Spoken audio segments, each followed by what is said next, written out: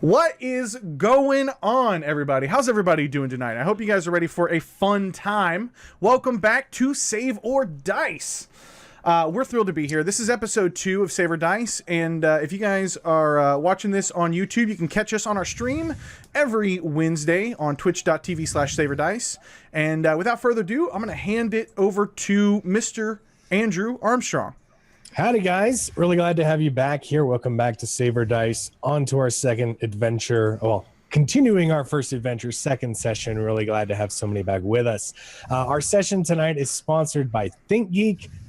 Get epic gaming swag. You can find a link in the description below, in the area below, and go get yours. I got my bag of holding. Showed it off last time. I'll be using it at GenCon.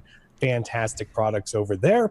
Additionally, our virtual tabletop tonight is Fantasy Grounds, powered by Fantasy Grounds, and our maps are forged by Dungeon Painter Studio by pyromancers.com. Great sponsors making this happen, and you can help support this show, support what we're doing by going, and if you need great gaming swag, if you need to use a great tabletop, digital tabletop, or get your maps made, you can find links to all those below, and we want your input too. Join in this show. You guys are part of this just as much as we are. And without any further ado, GM Jim, I see to you. All right, thank you very much. If you're just now tuning in, you haven't checked us out yet. Our heroes have just rescued the apprentice wizard Curio and brought him back to his master, the conjurer and planar scholar Zelekai, who they found murdered, brutally slain in his study amidst a pile of books and a carpet. And in the course of their investigation of their slain patron Zelekai, they found a secret compartment that detailed, or that had sort of a magic mouth spell on it that detailed the circumstances of Zelekai's mysterious death and his suspicions, as well as finding a book and a scroll and an emerald. And so we are going to be picking it up kind of from there. And I do believe that Robin and Curio, we're going to just make sure the manse was secure. You're going to check the 4 exits to the outside world.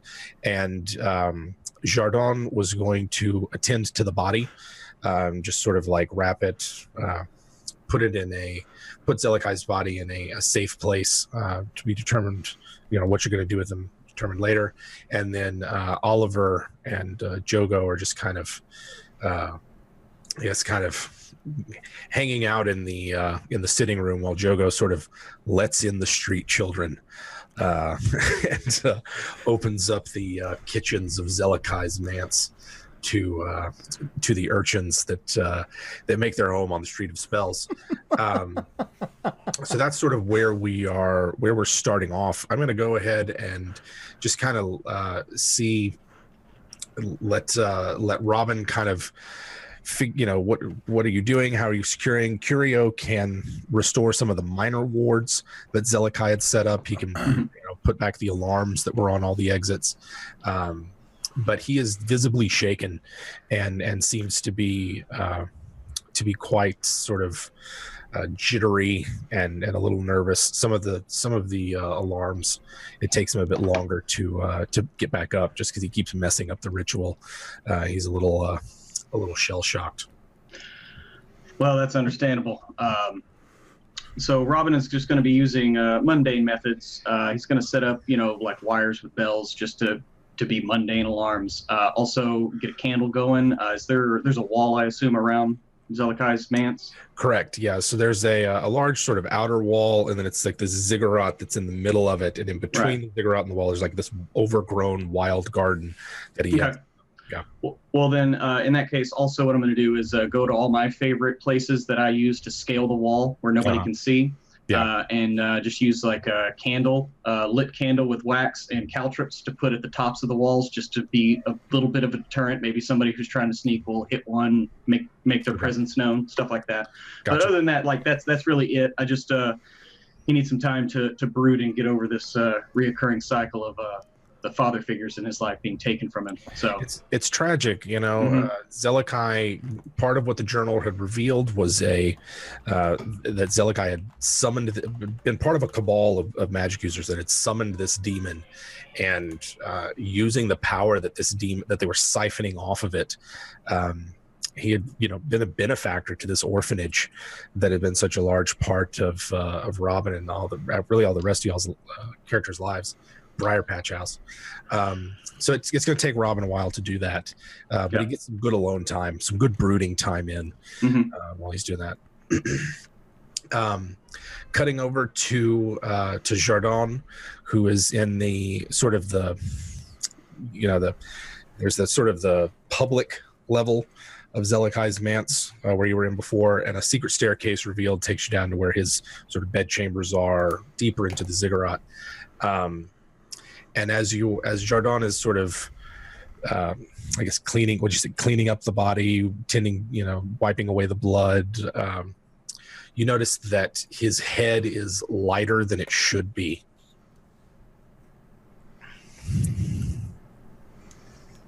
What could that mean? Sure, you're just sort of like, this is just you notice, just Jardon just kind of notices it as he's sort of laying him down in his bed and wrapping him up, maybe washing him off, and you go to wipe away something on his cheek and lift up his head, and your scaled hand comes back very bloody, and the head is noticeably lighter than what you know it should be. Shit. Like brain ripped out, sort of lighter. He's gonna turn the head and, are you missing something? Something lost? Yes. So as you turn the head, you notice that there is a perfectly spherical, maybe 3-inch diameter hole in the back of Zelekai's head that's been sort of removed, and the flap of it has kind of been lifted up. Oh my god! And what do you do? Where do you go from there? You are dealing with such bad things, Zelekai. He's going to store this away. He's going to go look up what might kind of do this kind of thing. Plus, there's more to investigate inside his head. There's nothing inside his head. Just even a quick cursory glance in there reveals an empty skull. Jim, I'd probably be having my unseen servant in that room, kind of helping pick up, clean things up. Gotcha. Would I perhaps maybe see Jardon reacting at all? This is on a different level than I think y'all are at. This is not where the actual body was? This is, we moved the body from the study to down in Zelekai's base, basically his cellar where he sleeps. The bedroom on the public level is Curio's bedroom. He sleeps next to the front door. Oh well, then never mind. I definitely wouldn't have seen that. I'm up in the library cleaning up. So gotcha. So Jardon is gonna. Yeah, he's going to lay Zelekai back down, kind of wrap something around the back of his head, and kind of pack some herbs and other things, some preservatives, something to kind of slow the decay. Okay. He's going to be kind of muttering to himself, very sad, forlorn, about how kind Zelekai was, and how could you get involved in this kind of difficult, this evil stuff? But that we'll keep it safe. Gotcha. We'll make sure that your good deed in the end is not lost.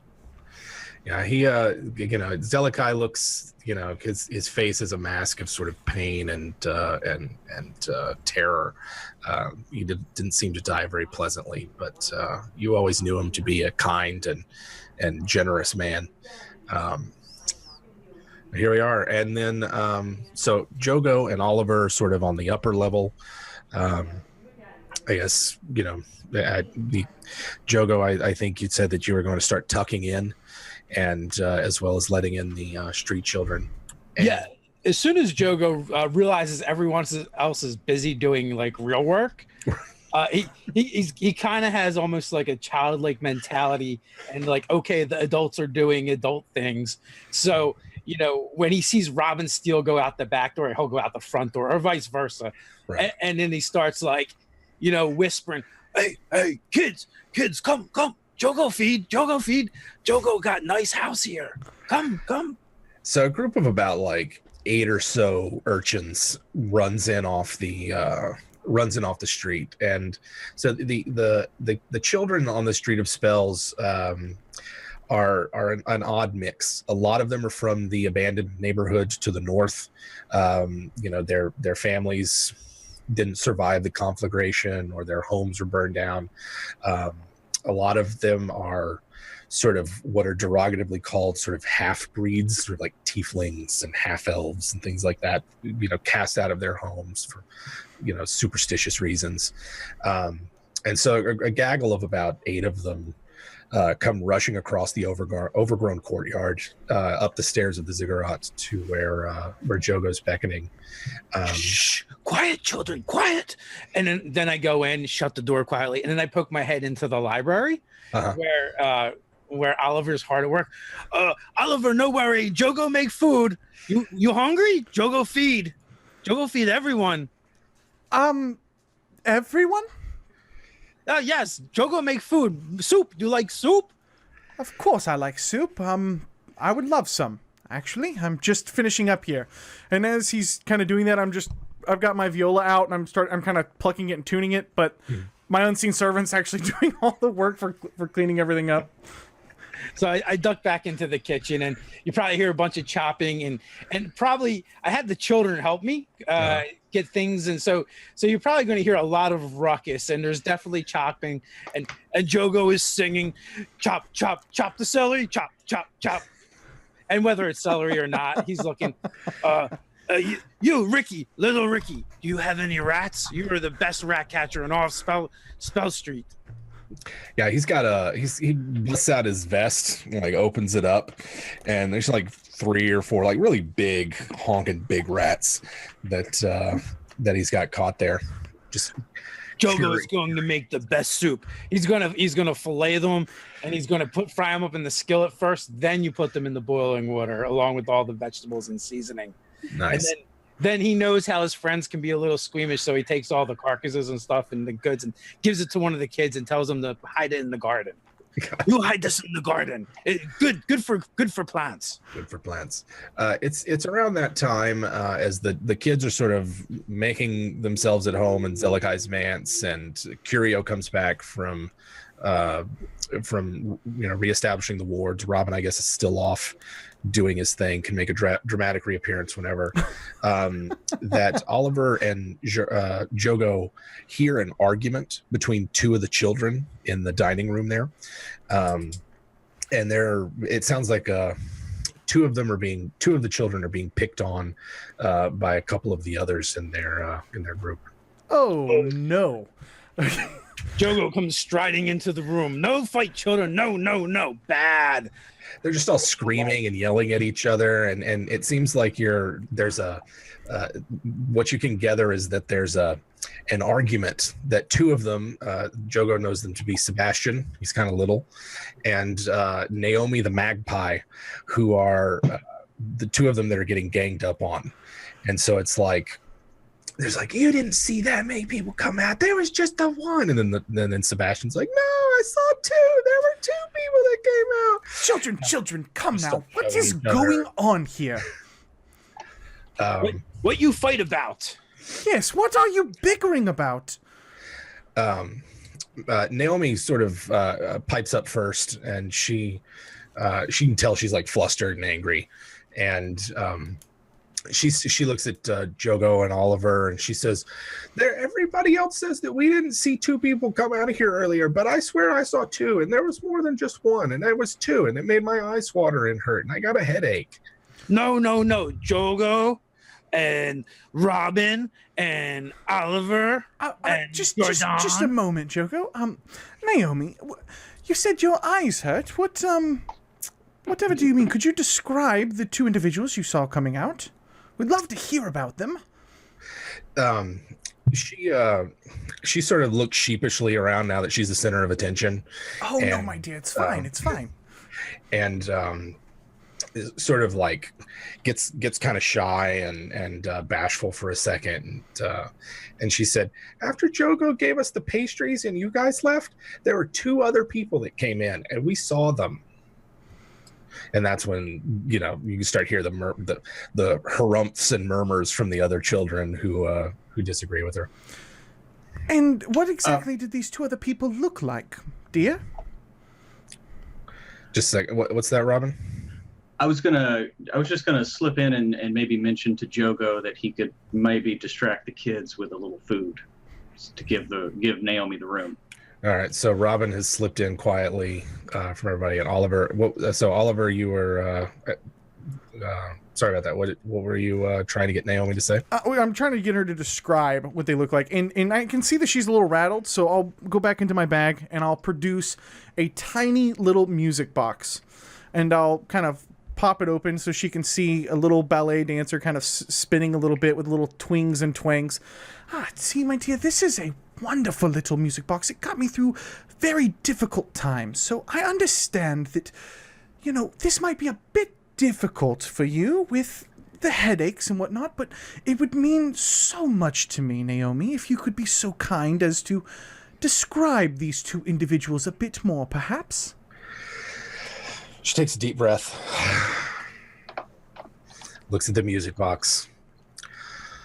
One of them was really fancy, and he had like a really he was like a red coat or a cape on. It looked soft and furry.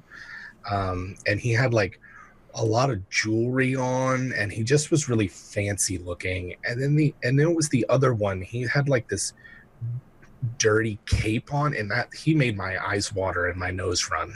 And that's when I got a headache. Oh, dear, that is so awful. These 2 individuals, are they both human, perhaps?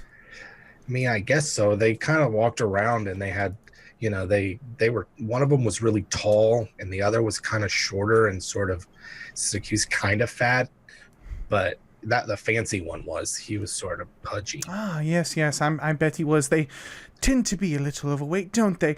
The tall one, like Joego, or just kind of like Robin? No, not as tall as Joego. Joego's the best giant, and he's the tallest one. But of course he is. Yeah, but taller than that. Well, not as tall as Joego, but taller than the other one. I tell you what, dear, why don't you hang on to this a bit? Don't let the other children break it, though. Got to share with them. And in a moment, I'll gather back all of you and we'll play some music. How does that sound? That sounds good. She kind of like looking at her now, she can tell that there's something about the encounter that sort of freaked her out. She seems like on that little kid verge of tears, but trying to be brave. And Sebastian is just nodding along with her, but hasn't said anything.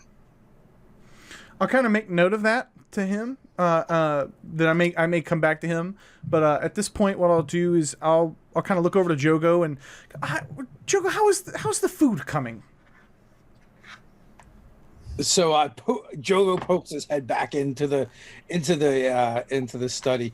Food almost ready. You're going to really like the soup. I bet we will. It will be marvelous.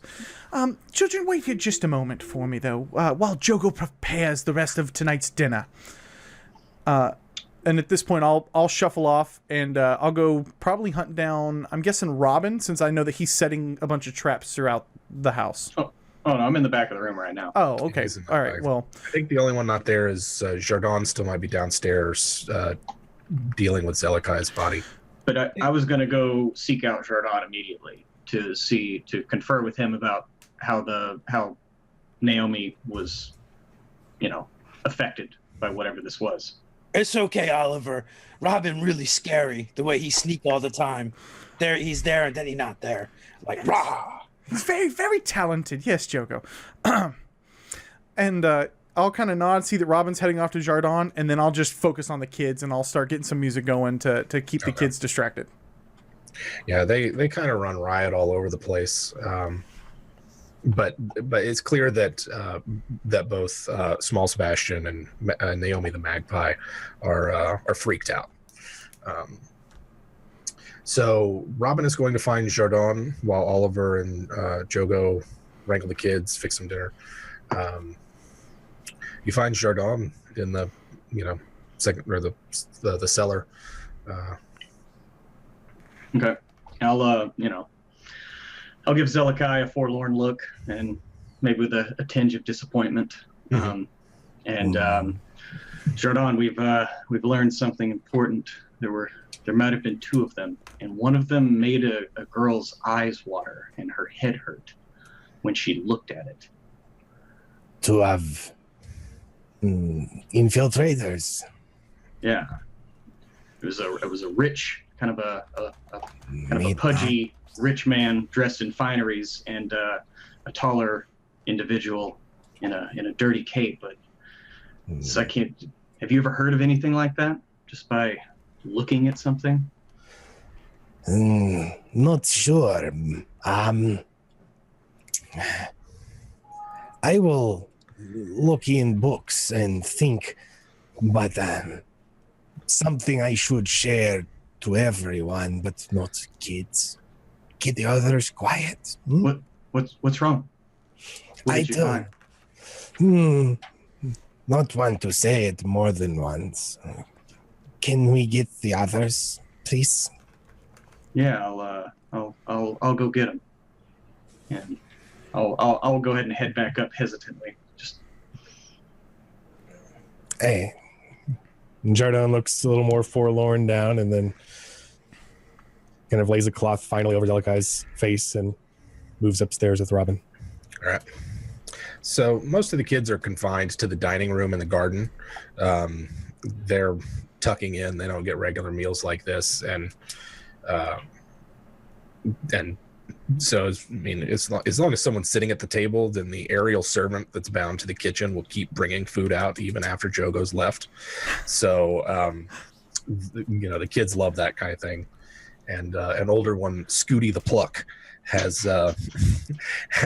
sort of taken charge of the group. He's like 8, he's the oldest one. And they all seem to be enjoying a meal together, and even Sebastian and Naomi have calmed down a bit from their earlier freak out. Okay, when I get back upstairs, I'm gonna try to slyly get Oliver and Joego's attention, get them out of the room without drawing attention to the kid, from the kids. Yeah, that's pretty easy to do. Okay, Robin, what you want? Come on. Oh, right, okay. Yeah, I'll kind of finish up the song with the kids, and I'll follow back down as well. All right. So the 4 of y'all have reconvened in another part of the manse. So, Jardon, what did you find? I mean, he looks up, kind of really a worried look on his reptilian face. I try when Oliver sings, makes stories better. So I try. I tell you what, Jardon, would a bit of music help settle you down for whatever this is? Yes, but just let me say you can play too. Of course, yes, of course. Not a problem. And I'll kind of get the viola going. All right. Joego will sing if it will help. No, it's not yet. Let me say, please. Lost, great. Zelekai was good, was bad, did live a lie. But in the last for right, he dead, with all his brains pulled out his head. Oh no! I kind of. I'm sorry. What was that last line? That was beautiful. I'm sorry. His brains got sucked out of his head. I saw when I was putting him down his hole in the back of his head. He lost it all. Big empty. No brains. You're fucking kidding me. Zelekai's brains go. I know what's happened. The goblins, they do that. They make goblins make brain soup all the time.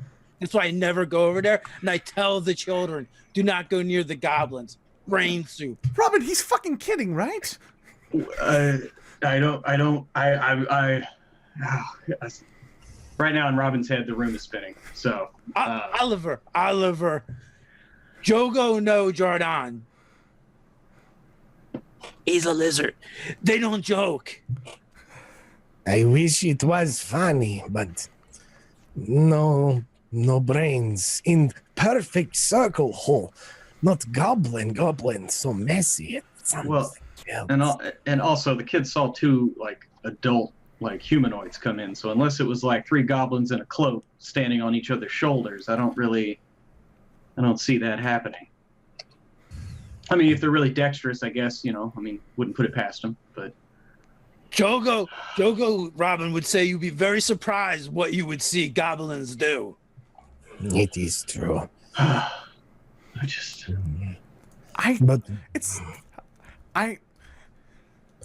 Thing with orange His hair, brain is missing. claws and brain missing. That's just fucking awful. It is no good to eat brains of people. No good at all. Jardon, have you ever encountered anything in the Undercity that is capable of this? I mean, there's a few stories I've heard from travelers, but nothing above ground. Not here in the city. I would say that that something that specifically like takes and eats brains is not something that you guys are that familiar with. Nothing that specifically that eats brains. I will look in Zelekai's book for orange hair, eat brains, demons. Not good things to read on. Sorry, no, nothing yet. Poor Zelekai. Is not good.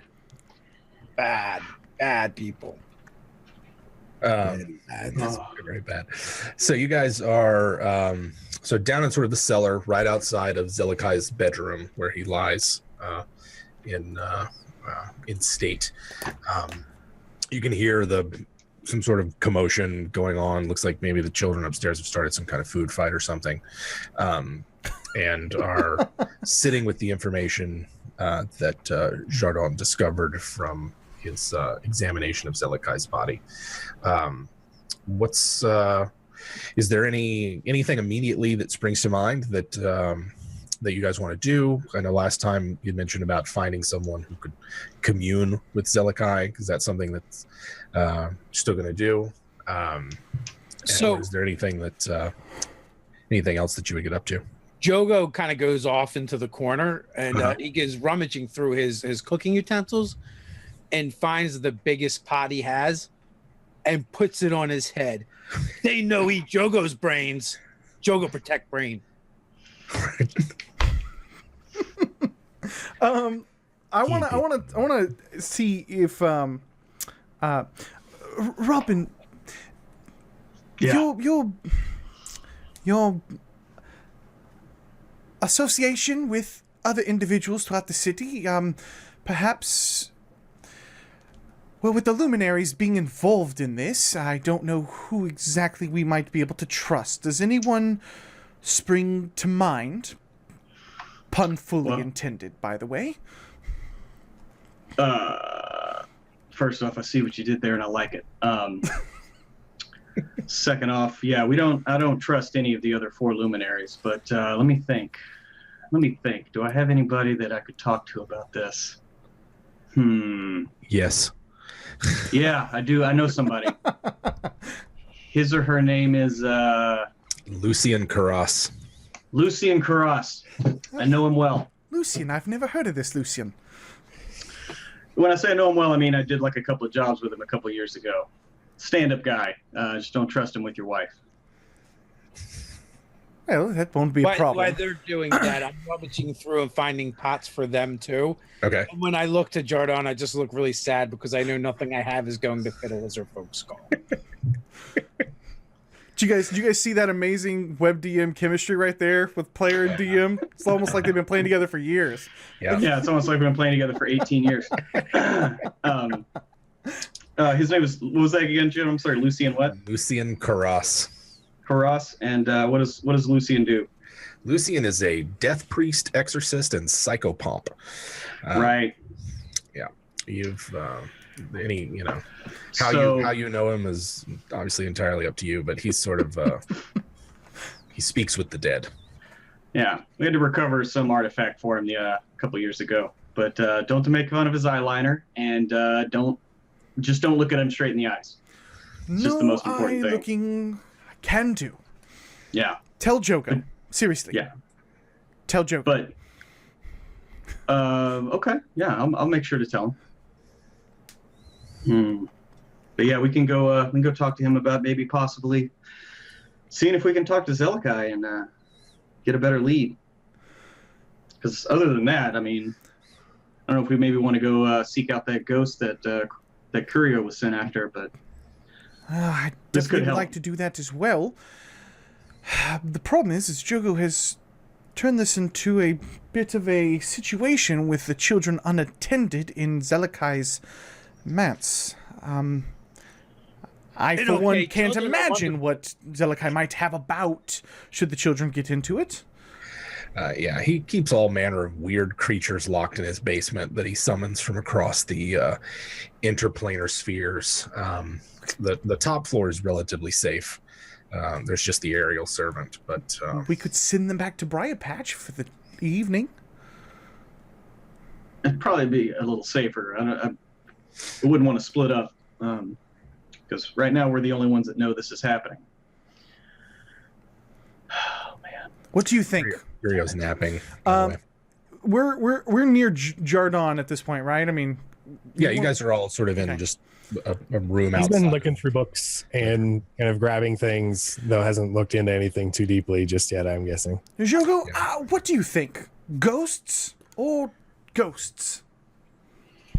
Joego knows I like ghosts. There's got to be something. Let's find the Brionator thing. No ghosts. I have a pot.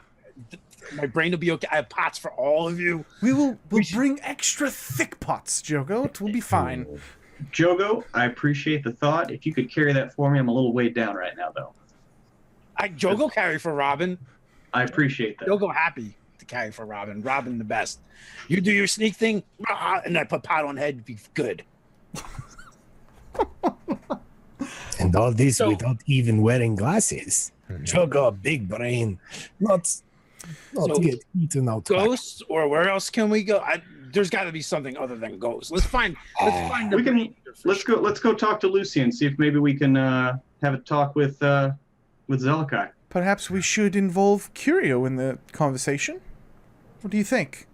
He was the one, after all, that was sent to go find this ghost down in the Undercity. Now, Joego, no, he's not as smart as Robin and Oliver and Jardon, but Jardon say, Zelekai, he no have brain. How you talk to Zelekai without brain? Even Joego need know you need brain to talk. He's right, Robin. Even Joego knows that you need a brain to talk. There could be impact in the spirits, yes. Could All be. ahead. That is true. It's as curious if there was urgency, perhaps, to this Daronia Vitelia's ghost. If he has to get to her in a hurry, may increase urgency. Otherwise, if you have friend already, good friends, yes. Lucian. Well, yeah, he's a friend. Wouldn't call it good. Yeah. But you guys go ask Curio what his opinion is. I If there's think so. urgency on his mission, then maybe we should go. He's like just has seemingly passed out in his bedroom, like even left the door open, and if you sort of go to the edge and ask him or anything, he'll get up and come over to you and give you an exhausted but more resolute look than he had before. He's a weary sigh. I'm not sure what we're going to do. We have questions, yes? Yes. What is it? Jardon looks abashed at having introduced the topic and looks over to the others. Well, Curio, how urgent was it that Zelekai wanted you to find this ghost, this Daronia? Zelekai was quite urgent, I think, more because he wished to get information from her than anything else. I don't think there's any urgency in terms of summoning her. We simply need an object of significance that we can bind her spirit to and summon her at will. A ritual I know how to perform. Do you have the object that is needed for this? I do not. No. So we still need to find an object to summon her. Correct. That's what I was doing when I was captured by Yavo and his thugs. Jardon can find this, yes? Jardon, you do like finding lost things. Yeah, he pops up at that. Like yes, if you're willing to accompany me, that we should be able to recover an object, without any trouble, other than whatever we encounter there in the abandoned district. No question. He turns to the others. Both important. 2 and 2 and Curio, or too dangerous. Curio kind of looks around and is seemingly confused for a second. We should be able to go whenever is convenient for you. I wouldn't recommend going at night. We should probably go visit and find a token of hers in the morning. Oh, about what time is it? It's getting close to midday. So, Curio rest and we go Lucian, yes? Yes, I would need to prepare for an excursion with the 4 of us. Oh, okay. Perhaps it would be best if Yavo, had some time to sleep on it. Maybe the sting of what happened down in the Undercity won't be so dreadful in the morning. As fresh. Yavo's known for his kind and generous nature. Clearly. He's a forgiving thug. Yeah, I'm sure he's not planning a retaliation right now at all. Maybe Lucian has a present we could give to Yavo should we come across him. Maybe. Robin knows where to find Lucian. He Lucian has lives just north of the Street of Spells, between the actual street and the Augur's Eye Tavern, and shouldn't take that long to go fetch him if one or all of you guys want to go do that. Okay. Curio's willing to look after the kids. He says they should be safe as long as they don't go downstairs. Yeah, let's go ahead and lock up downstairs if we could. Yeah, We'll go have a plan. It's behind a secret. The staircase is behind a secret door, so. Yeah, Joego very worried about Curio. Was not very safe for Zelekai, but Joego have a plan. Children very smart and sneaky. Joego have children go around the mansion, and Joego have them look for trouble, and they warn Curio. Zelekai did not have the children to warn them. Many eyes. That's true. He looks at you. I mean, you guys have known Curio for a while. I don't imagine, unless you really want to, that you're like good friends with him or anything. But you guys know him. He just seems exhausted, and he accepts. Like, yeah, sure, let the kids keep a lookout. He's like, how kind of him. Yeah. He goes and grabs a couple of books and then plops down on his bed. Okay. I'm game for hitting up Lucio if you guys, Lucian, excuse me, if you guys want to. yeah, let's go head over there to the north of the Street of Spells. Have we been able to take a pretty good rest here, Jim? Yeah. Okay. I'd say you guys have had a short rest for so far. Sure, the kids are safe. Yes, Curio safe. All the little brains in small heads. Not want to see them lost. Well, a mind is a terrible thing to waste, Jardon. You're right there. I mean, they seem safe enough. Robin has secured the perimeter and made sure the doors, the other exterior doors are secured and warded. And it's as safe as it's going to be.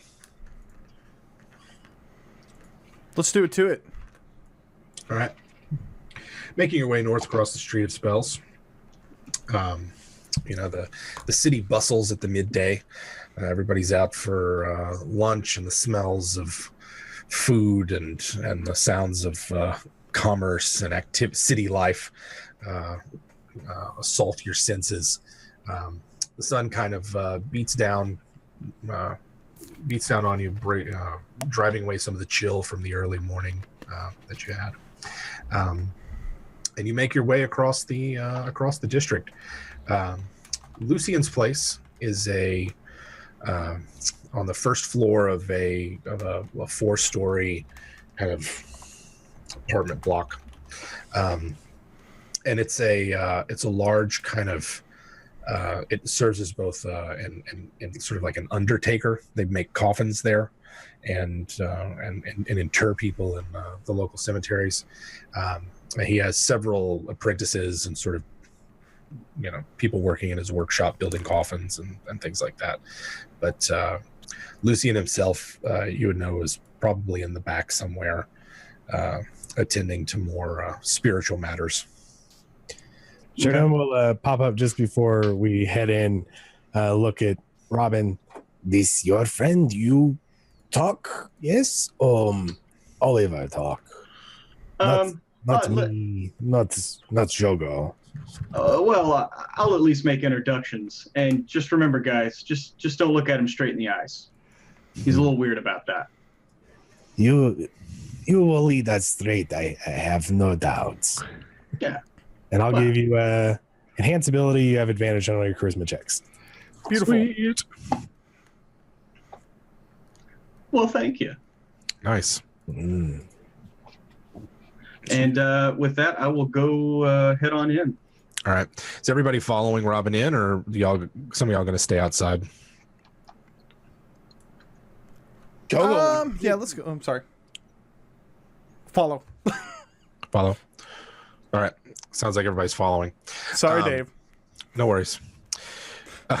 So you find Lucian in the back. There's a small open air kind of courtyard / shrine behind the workshop, and a large, like an 18-inch tall raven is perched atop a sort of a weathered stone idol of some kind that's difficult to sort of make out exactly what it is.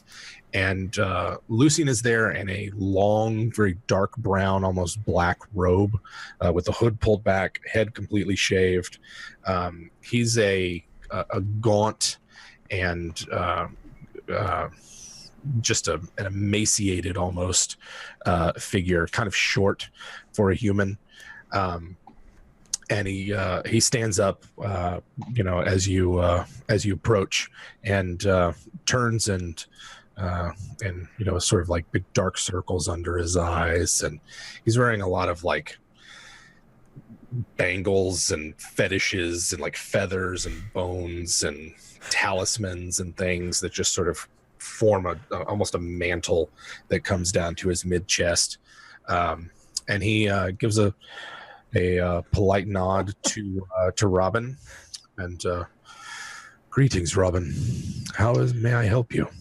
Oh, well, Mr. Cross, ever reinforcing your image. Well done with that. It's been a while. It's been a while indeed.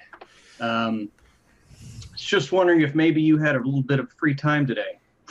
Have something that's right up your alley. He stares up at the sky for a second and sort of gives a faraway look at it. And I do believe I have some free time if you have something of interest to me. I'm curious as to why you've come here. Well, we need you to talk to someone that we can't talk to. Ah, yes, that's If usually you, why. If you understand what I mean. I understand perfectly well, my friend. He gestures for you to come inside, and he's got like a little kitchen area set up, and starts to make a, offer you guys a pot of tea or something. Oh, Joego likes Joego. Yeah. Yeah. That is a beautiful bird too. It's so big. Yeah, it like flies over and lands on top of this this sort of crooked staff that he has. So how's business? Oh, business continues. It's slow this time of year, but I imagine as winter picks up, we will have more coffins to make. Mm-hmm. There always is. But you didn't come here to talk about the day-to-day business of my coffin shop, did you? Who is it that you want me to speak to? Well, I'll have a look around to everyone else in the room, and Wait. We do not want to waste this man's time. If a spirit had its brains sucked out the back of its head in its normal form, can it talk? He's kind of like, quite. Yes. He looks excitedly to Joego. Good. Okay. Yes. Then we are good. Yes. As long as its face and head are intact, what's inside of it shouldn't matter. well, that's very good to hear. See, it's like Joego knew all along. Oliver and Robin so smart, and Jardon as well. I'm sorry. Might I interject, Robin? And I kind of turn away, and I'm obviously whispering to him and nobody else. Perhaps we want to see if the price he requires is worth our time before we disclose the individual. Okay. Lucian, what do you charge? He does some, mental calculations. Joego have soup. Joego can give you soup. Sometimes I trade in kind if you don't have coin. I prefer silver instead of gold if you have it. And remember that time I did save your life when we were recovering the amulet of Alakath. So there was that time. Really, you saved his life. Well, I mean, I threw him a rope. There was a rope provided. Yes. Yeah. I mean, if I hadn't thrown him the rope, he could have possibly been killed. Let the record show that you did save his life. He did save his life. Lucian, makes up a tray and passes out some teacups to you and fills them with his brew. 300 pieces of silver should cover it. Business is good now, and you are an old friend we've been on many an escapade before. This is true. Guys, I think that's a pretty fair price. Right. Yeah. That is not a problem. Yeah. 300 is what he's asking for is not an unreasonable amount given. I don't think we ever actually determined how much coinage you guys have, but it shouldn't. All the gold, Jim. We've got all the gold. There was that CR18 treasure hoard I gave you. I think Jardon will start reaching into a very grubby pocket and start pulling out kind of gunk-covered coins, maybe a few platinum in there. If you like, he just hands it over with the seaweed dripping from it. And Lucian, I'm sorry. Go ahead. Sorry. It's okay. So yeah, Lucian will take it. He doesn't seem disturbed or perturbed by it all. He sort of like wipes it off and lays it on the counter, and he's like, we can handle matters of payment at the time of services rendered. Mm-hmm. Who is it that I'll be speaking with? Well, how about you just accompany us over to Zelekai's manse, and we'll talk about it there. Very well. He snaps at one of his coffin makers, and they gather up a bag and hand it to him. He's ready to roll. And I would throw in a little bit extra for your discretion in this matter, if that is all possible. He gives you a look of curiosity more than anything. My discretion is already assured. As you know, Robin, dead men tell no tales. He kind of chuckles lightly to himself. And draws his hood up over his bald head as you guys venture out into the midday sun. Like 3 minutes later, oh, Joego like Lucian. Joego find Lucian so funny. You are so funny, like Robin. He's a jovial enough guy. Lucian has a dark sense of humor, but Robin wasn't kidding about not looking in his eyes. He has the eyes of like a dead man. They seem utterly lifeless. Yeah, that was more for everyone else's benefit, not his. Right. Gross. But he and his raven follow you guys back to Zelekai's manse. Can we ask him something along the way, or is he pretty Sure planned thing. out? No, he seems jovial and talkative enough. If you've seen many dead people, yes, Yes, quite a few. and death by brains ripped out back of head, you seen this? He kind of mulls it over for a second.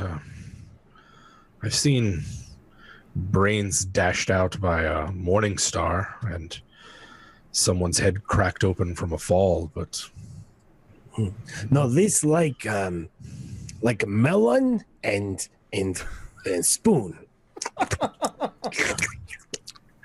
he kind of like gives Jardon a curious look. That's a very powerful image that you conjure. No, I have not seen anything like that, although something tells me I'm about to. Well, Very just sad. The closer he gets, I mean, he just makes casual chit chat. Has a seemingly keen interest in street food as well. Got to stop and get this taco from over here or something. oh, tacos. Yeah. And while we're on the way there, I mean, there has been a rash of mages being killed lately. If you dealt with any of buried any of those unfortunate souls lately? Unfortunate souls, 3 so far. It's curious that you mention they all had bruises about their mouths and nose, but I never checked to see if their heads were empty. Perhaps. Well, he sort of like starts thinking out loud about disinterring bodies and digging them back up as if it was no big deal, and then sort of trails off as he goes through the logistics of grave robbing and what all would have to happen for to not get caught doing that. You find yourself at Zelekai's mansion unless there's anything else you want to ask him along the way. Nope. All right. He walks up the steps, and I'm assuming you guys take him straight to Zelekai's body. Yeah, and we're gonna try to keep him away from the kids. Oh. Yeah, he scares the crap out of these kids. They're just like, they don't want anything to do with him. He gives off total creepy vibes. Children, it's okay. Lucian very funny, like Robin. He chuckles to himself. They're curious about his bird, but he also clearly is putting on an act. He's the death priest that shows up to doesn't want to. He's got an image to maintain, a reputation, and he just sort of like pulls his hood down deep so you can't really see into it, and bird on one shoulder, a great big gnarled staff in the other, talismans and things jangling everywhere, and he lets you guys lead the way. Let's take him down to the body. Yes. Yeah, we'll head down to the basement. Yeah, I'll defer over to Robin for this. Okay. And Jardon. He sees the body, and then he immediately, sort of without looking directly at Joego, but in Joego's direction, just kind of like, if you wouldn't mind, could you please clear us a space on the ground? It needs to be on the bare stone itself, not the carpet. And he goes over to Zelekai's body. All right, so Joego will begin. If it's just carpet that can be rolled up, or roll it up and move it out of the way. Yeah, it's basically like that. Yeah. Jim, does he have any reaction to the fact that this is Zelekai? Once he sees him, he seems to be kind of he lets out like a ooh, sort of like, or he reacts to Zelekai's body. When did this happen? Fresh, yes. Still, the wounds are still. They haven't begun to necrotize the. He's just sort of like rattling off a bunch of, observations about Zelekai's condition. Yeah, well, Jardon has seen to him. That's very good. But yes, this is why I asked for discretion, because one of the 5 luminaries has found out there could be an unbalancing of power in the neighborhood. Yes, there could. Well, rest assured, this is my discretion is legendary, as you know. Help me move the body to the floor, please. Yeah, I'll help him. As he's kind of doing this, I'm going to stroll over to Jardon. Mm-hmm. Jardon, do you have any particular things in mind that we should be keen on? I don't exactly know how long this type of magic works for. Do you? What exactly should we ask him? Ask who killed you? Where is your That's a given. brain? How to find spirit?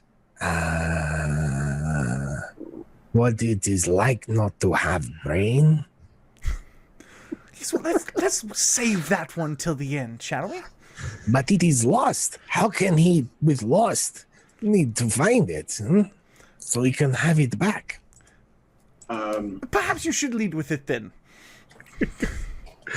I don't know if y'all will recall from Zelekai's journal, but whenever he had the entry about breaking off from the other luminaries, there were some tear stains on there, which seems, for a professional mage of this power to have tears, to have some emotional attachment, I think it's worth inquiring about that. So you're referring to the part where it says, the entry that says, last winter there was a falling out amongst the Cabal over an argument between Uther and myself, as he no longer desired to maintain the prison that bound Pag Katama. And sort of Zelekai describes how Uther wished to banish the demon and insisted that Zelekai keep it at his manse in order to study it. Zelekai refused and broke faith with the Cabal. Tear stains blot the ink throughout this section. That's the one. Yep. All right. We should tell Lucian, yes, that warlock and demon pack, yes. Maybe it make a difference. I mean, I think it's worth mentioning so he knows what he's getting involved with. How deeply does his network go, Robin? 6 feet. Ha ha ha. You mean Lucian's network or Zelekai's? Lucian specifically. Oh. Is there anybody that we can leverage that Lucian could leverage for us if we told him, hey, there might be a fucking demon running around, bro? Well, yeah, I'm sure he'd probably want us to help, although it might be good for business. So that's true. That's very true. It's a very cynical way of looking at it. I just lost my second father. Okay, That's true. I'm pretty cynical right now. Yeah, deep wounds. Yeah, deep wounds on that Robin bears. Lucian strips Zelekai to the waist,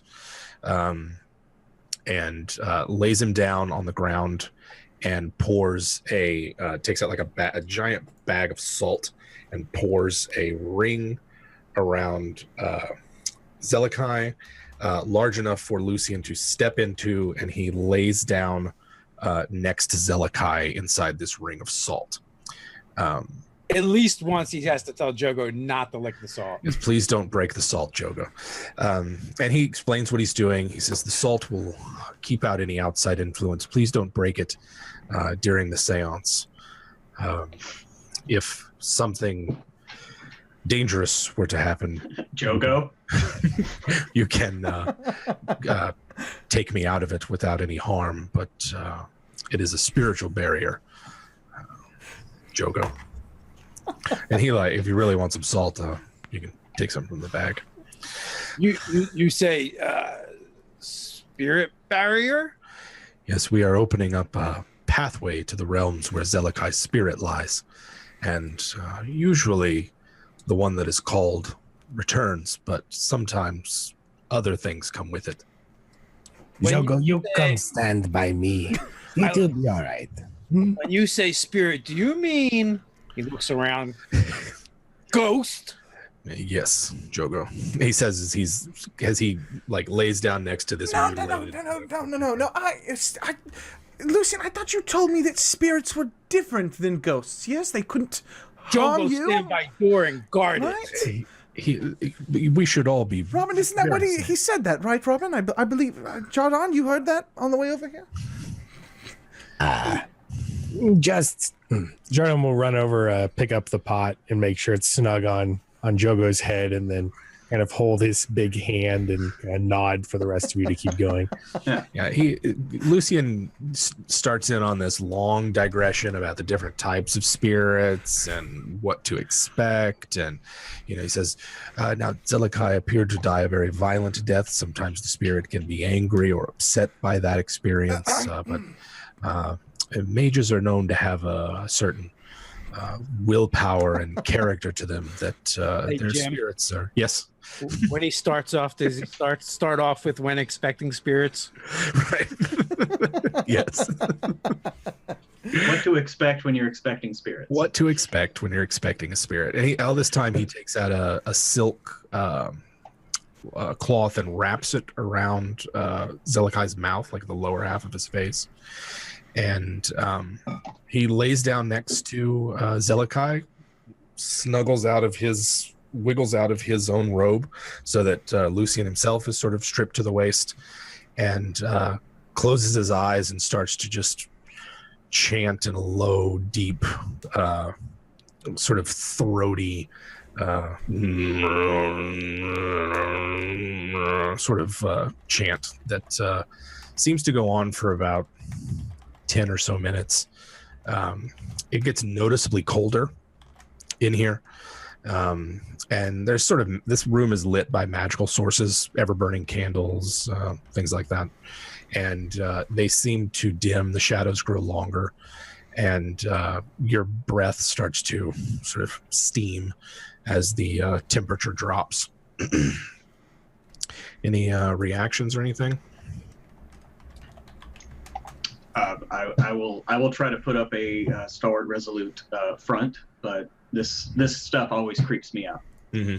Joego is totally like with his breath and steaming it. There is there's a sort of tangible sense of pressure or something weighty, like a wet blanket that you can feel around you for a brief moment, and then suddenly the pressure is released, and Lucian, in Zelekai's voice, begins to speak. Friends, it is good to see you. I am sorry for the burden I have placed upon you. Through Lucian, Zelekai's voice sounds hollow, distant. I am glad that you were able to speak with me. I fear that I have loosed something upon the city that cannot be contained. It's at this point that you see Lucian as tears are streaming down his eyes, down his cheeks, from his eyes. Well, no shit, Zelekai. So Robin is angry with him. You're damn right I'm angry with you. Mm-hmm. Was Lucian good friend with Zelekai? Why he cry? And I thought there was going to be ghosts. This is not so scary. I don't see any ghosts. Well, Joego, Lucian is Zelekai right now because his ghost is in him. At least I think.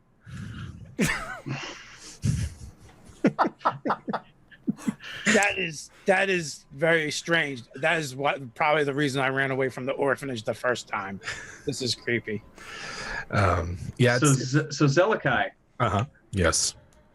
Do you have any idea who sucked your brains out, or were they there in the first place? Zelekai, just staring like straight at the ceiling, without really looking at you. Zelekai's ghost replies, everything went black after I was attacked. I'm not sure what happened to me after that. Where are you now? Somewhere dark and distant. I do not think my soul has been judged yet, or if even such a place exists. That is very sad. Corio is very sad too. I am very sad as well, wherever I am. Well, that's unfortunate. I hope you feel better. So you don't know at all who attacked you? Like you didn't get a look at all? I was in the sitting room, finishing up our breakfast that we had enjoyed together after you had left, when I heard all of my wards go off at once. There was a loud blast or force at the door that blew it off its hinges. After that, all I remember was the pain. There was a cloaked figure that was difficult to look at, and I was tossed around. Someone invisible, the claws digging at me, tearing at my flesh.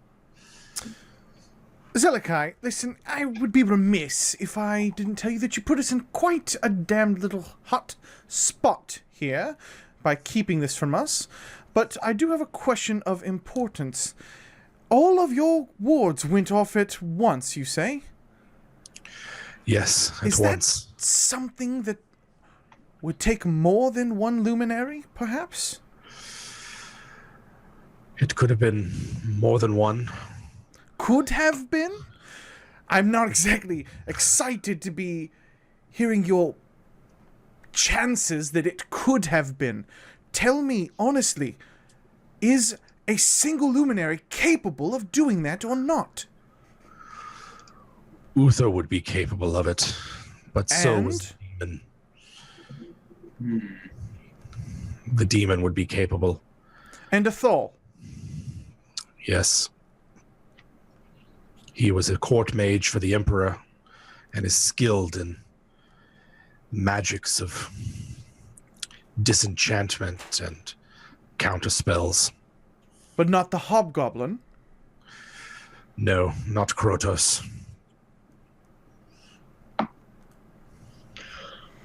But they were all mad at you when you decided to go back on what you said, yes? They were all mad at me, but Uther is a upright and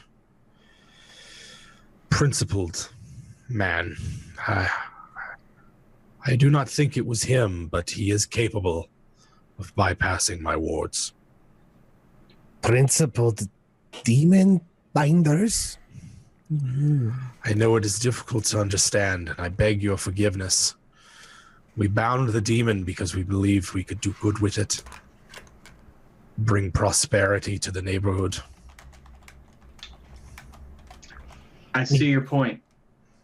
Was it not working? It good neighborhood for some time. It was No. It was working for a time, but I could feel that the demon was testing our bounds. The prison that we had contained him in would not hold forever, and I feared he would escape. How long did you have this demon bound? It was for over a year that it was bound. Over a year?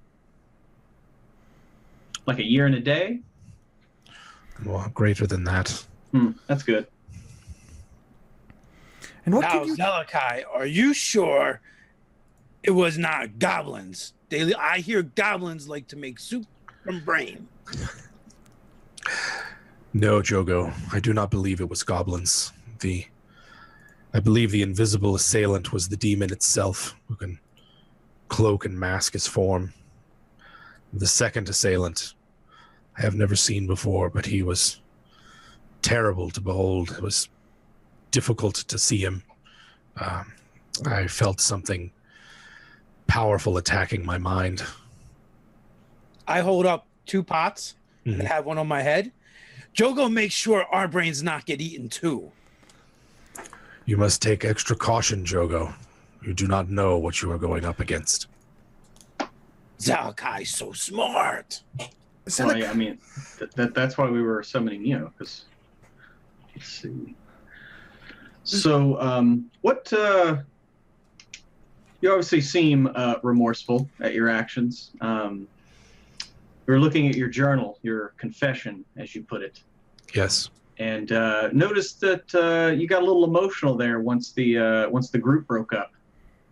What caused that? And yeah, what's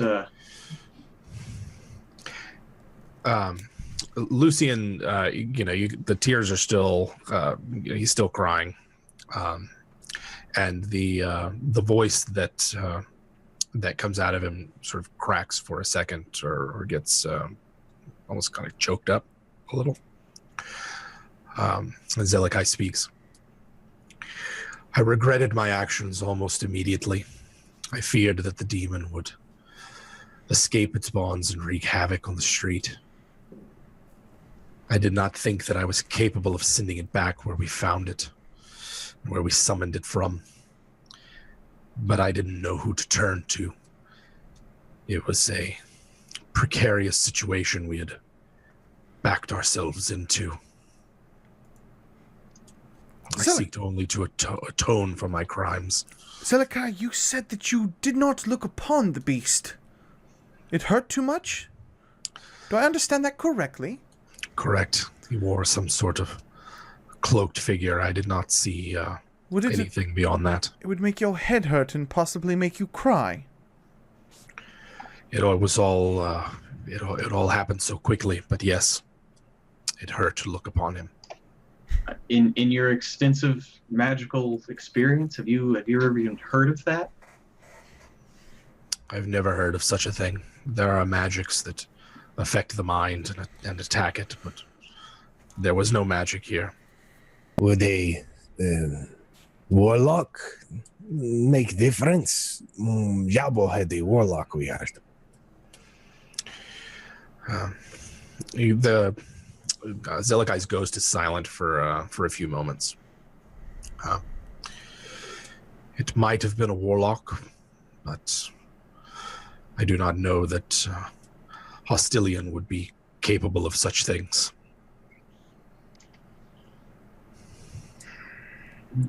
What was your plan then when you thought, no, not doing this anymore? You got crystal and spell and ghost to help? I mean, ghost. The ghost was to find out more about the nature of the demon And the emerald is to trap its essence. At this point, you can see that Robin, Lucian is starting to sort of subtly shake. You can see it in his hands first. You can see he's like clenching his jaw really tightly. Mm-hmm. Yeah, we might need to wrap this up, guys. Is there anything else we need to know? Yes. Speaking of which, how do we go about trapping said demon in the gym? A spell of binding will need to be placed upon the gem. Who are you planning to use, yourself? I was planning on approaching Uther about it, if he would still work with me. I know of no other, but there might be someone. What did you want to get from the ghost Doronia? Should we speak to her? She was a knowledgeable demonologist and worshipped them. She knew about them. And you can hear sort of a strain in the ghost, the voice of the ghost. She warned me this would happen. And sort of Lucian starts to is visibly shaking and starts to is sort of frothing at the corners of his mouth by now. Okay, I wanna pull him out of there. So, he just said we could just break the circle, right? Yeah, you should be able to. Robin, breaks the circle and pulls him out? Yeah, I'm just gonna step on the salt and smudge it with my feet and kind of just pull him out of it. Okay. He screams in agony when you do that, and sort of starts to writhe and is clearly having some sort of seizure or something. Okay, I'm gonna pull a dagger out and put the hilt in his mouth to make sure he doesn't bite his tongue off. Okay. I'll try and weave some to counteractive magics. Okay. The sort of the necromantic energy in here is palatable. There's frost forming on the walls. How about Joego and Oliver? What's y'all's reaction to this? There's nothing really I could do. So I'm just going to kind of watch this. Okay. Joego is just profoundly relieved that no ghost showed up. Nice. So Robin has got a dagger in Lucian's mouth. Jardon is attempting to provide some sort of spiritual anchor. This will work. And excuse me, as Robin drags Lucian outside of the circle of salt, as soon as he's fully out of it, like that, he just his eyes snap open and he stops screaming, and he's shaking now more out of just adrenaline than seizure. And it's just blinks a few times. Thank you, Robin. You okay there? You back with us? Yes, it was quite angry there at the end. Whew. He's looks at Zelekai and just is man. Well, yeah, I was going to say, what are your impressions from having shared psyche with him? He's regretful. Feels guilty. Lots of guilt, lots of anger. Hey, frustration. Lucian. Yes. Thank you. You're welcome, Joego. I am happy you did not bring a ghost. I am happy as well. Yes, if it makes any difference, I think I saw a silver candlestick holder near the nightstand. I could have one of the children fetch it for you. Yeah, that'll suffice. He puts his robe back on, puts on his necklaces, totems, and things.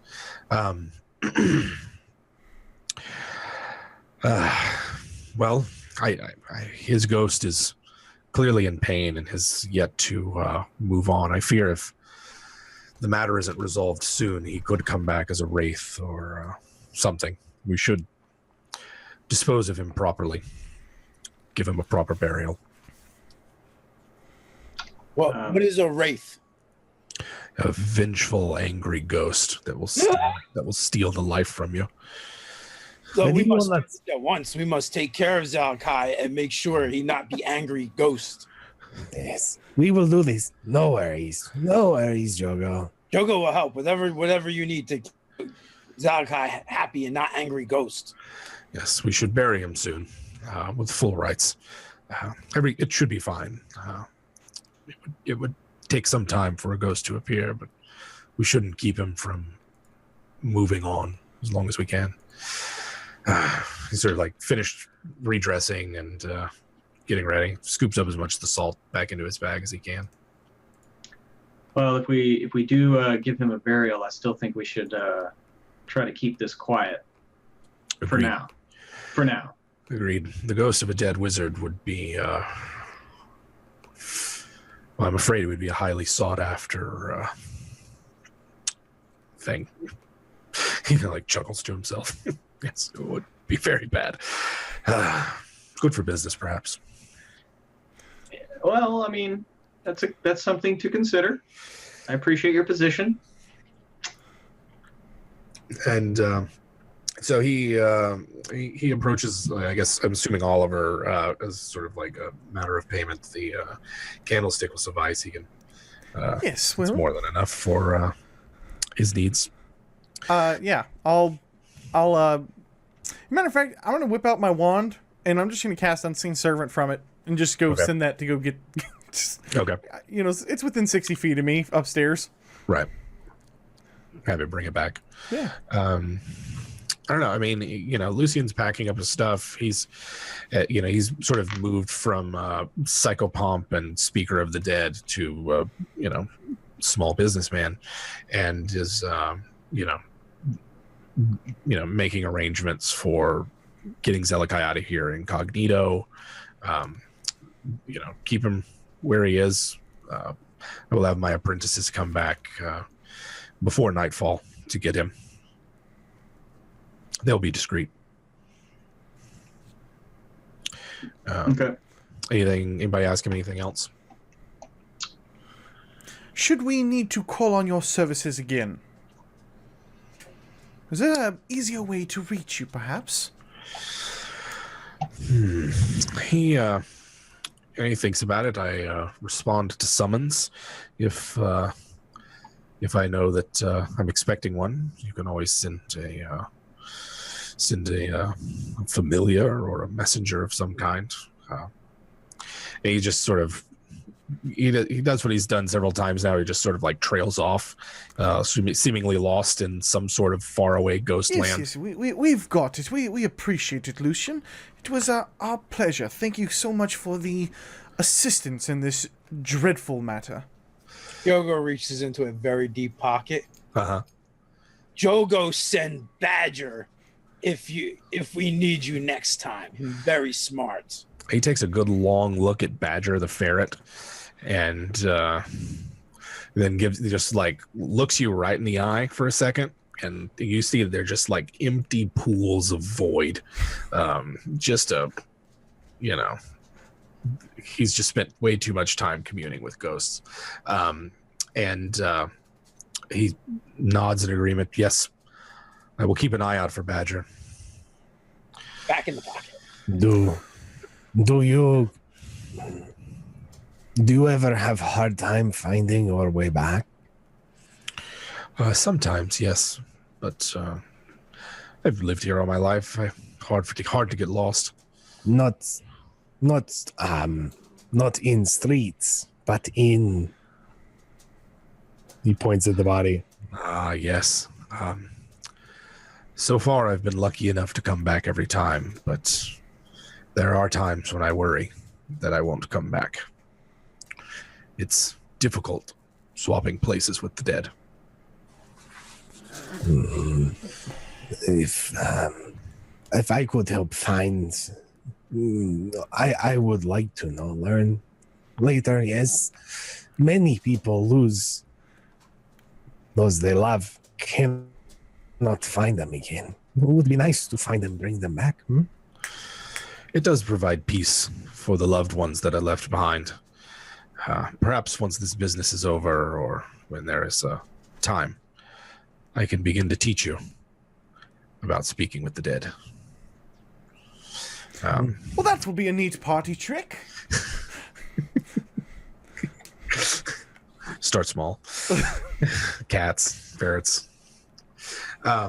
So he's packed up, got his stuff. The room, literally, like the ambient sort of temperature of the room returned after the circle of salt was broken, and he helps you guys put Zelekai back on the bed and then rewrap him up the way that you'd had him.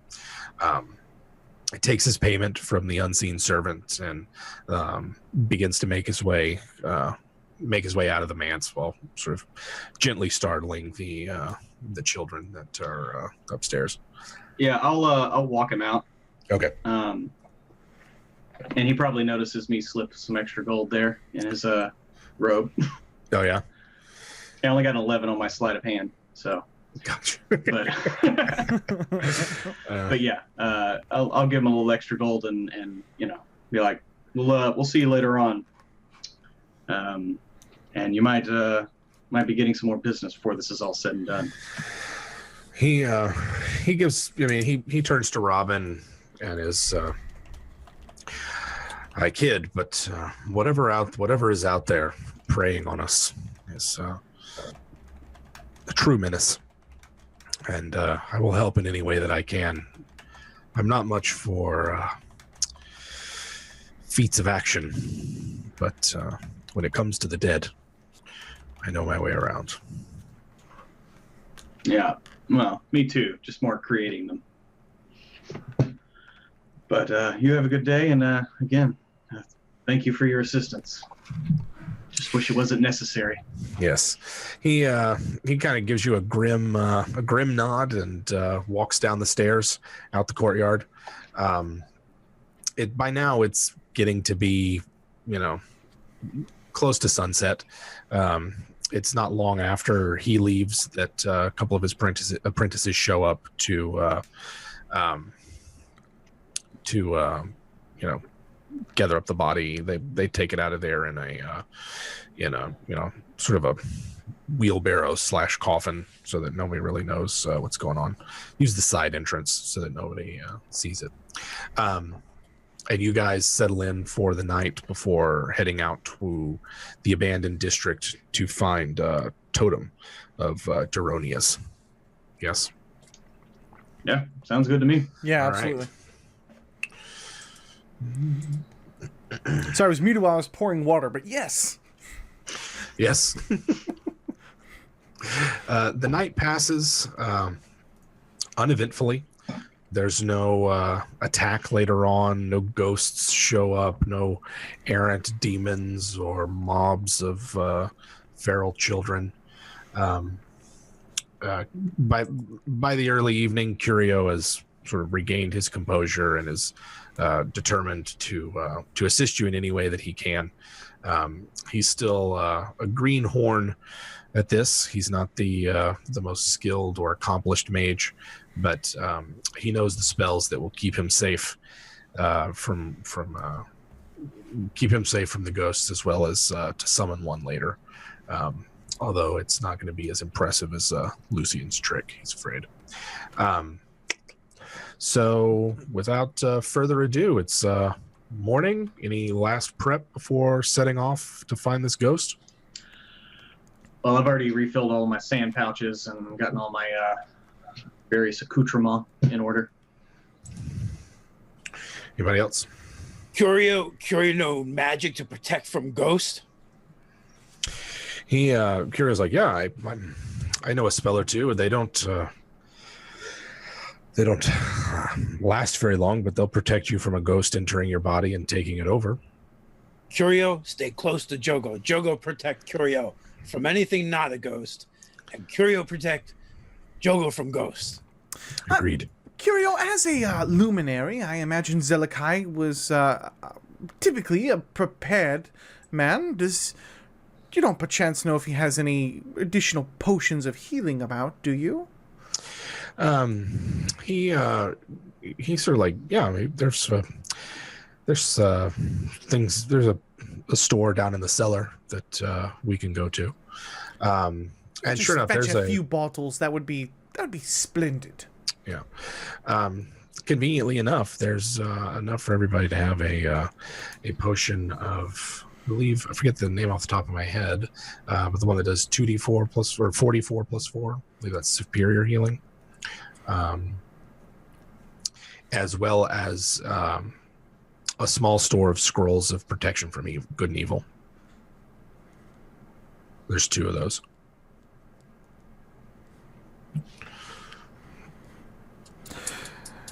So, Jardon, how pissed exactly do you think Yavo is going to be when we head down to the Undercity?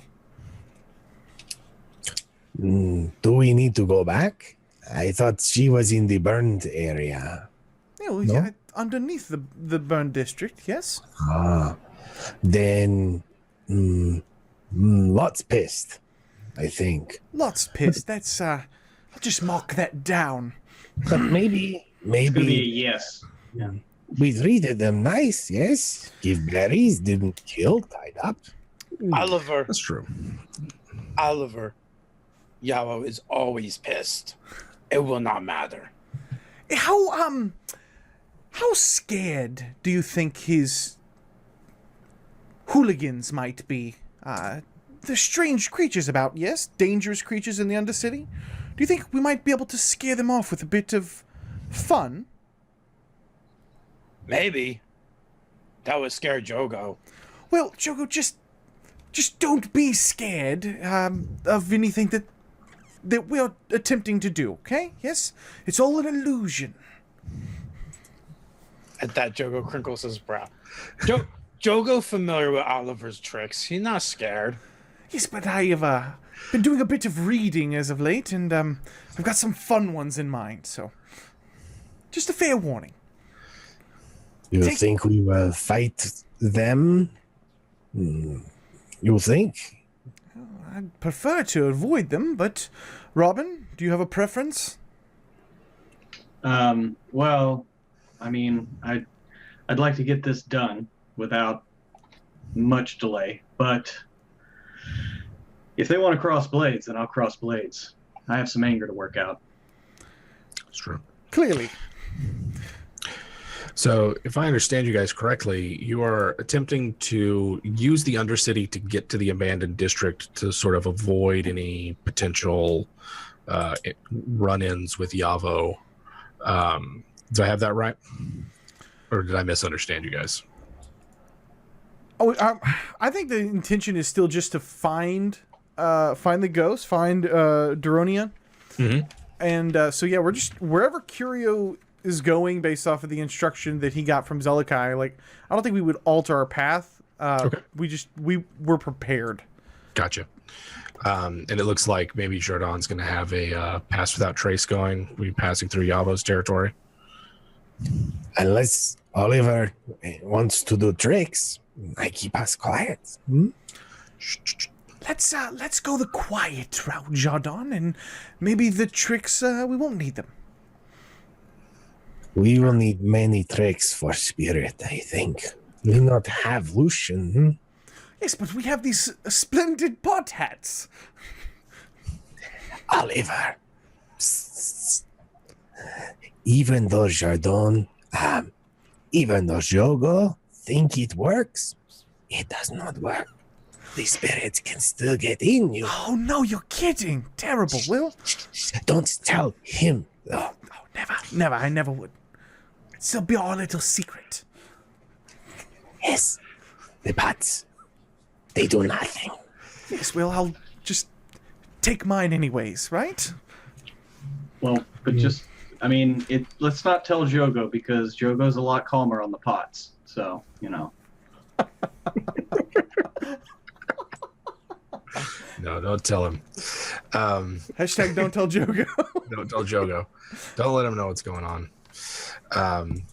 So you guys get to the edge of Yavo's territory, sort of sneak through after a bit of spell casting. I mean, it's not like Yavo has an army or anything like that. It's possible to get through the parts of the Street of Spells that are his turf without encountering any of his thugs. You guys did, take out a few of them. They might be giving you guys a bit of a free pass, maybe. The burned out district is just a mess. Curio says that the building that they're looking for is several blocks into it, so they're going to have to sort of pass through abandoned buildings, collapsed apartment blocks. This place went up in a conflagration some time ago, and is now just overgrown. Mostly squatters live here, people that are willing to brave the horrors and monstrosities that have taken up residence here now.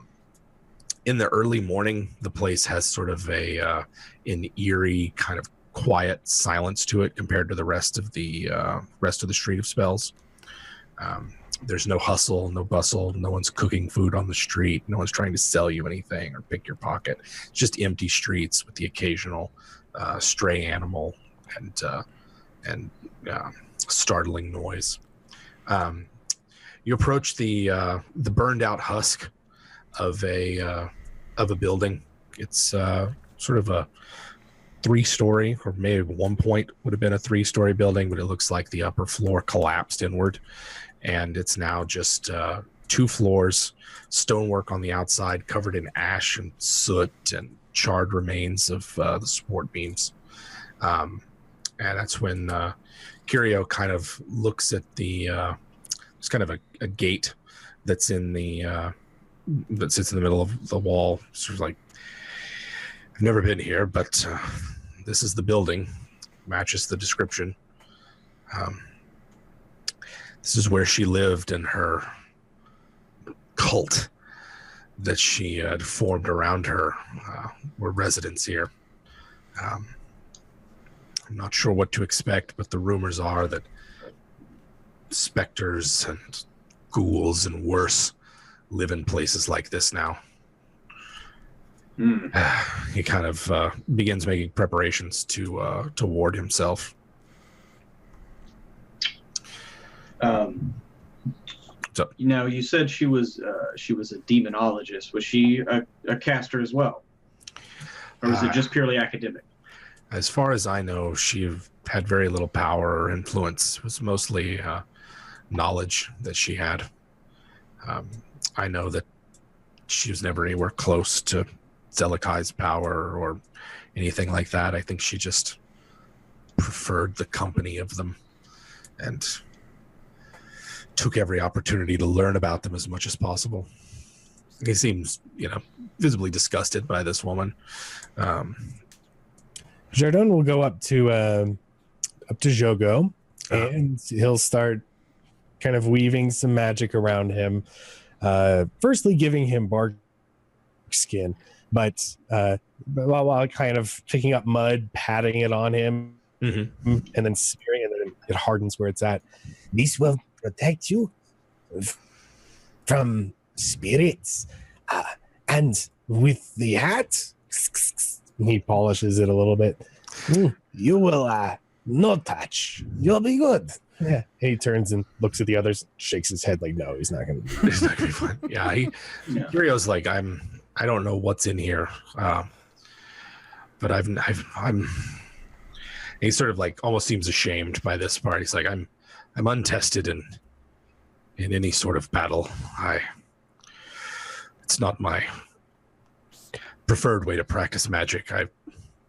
I will do my best to not get in the way or make things worse for you. Thank you so much, Jardon. But what about the others? Don't go worry about the others now. We will keep a close eye on them. I will here. He goes over to each of their hats, kind of puts it on, probably puts it on Robin because he's not wearing it, just for now. And he'll do his guidance mending magic on each of them. Yes, look, very good.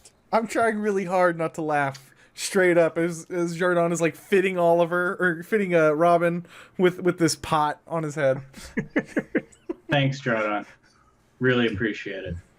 Remember, it does not really keep you safe. Just for Joego. Got it. Jardon is Bestie's most powerful magic user. He's gotten really strong. So you guys are outside this abandoned building.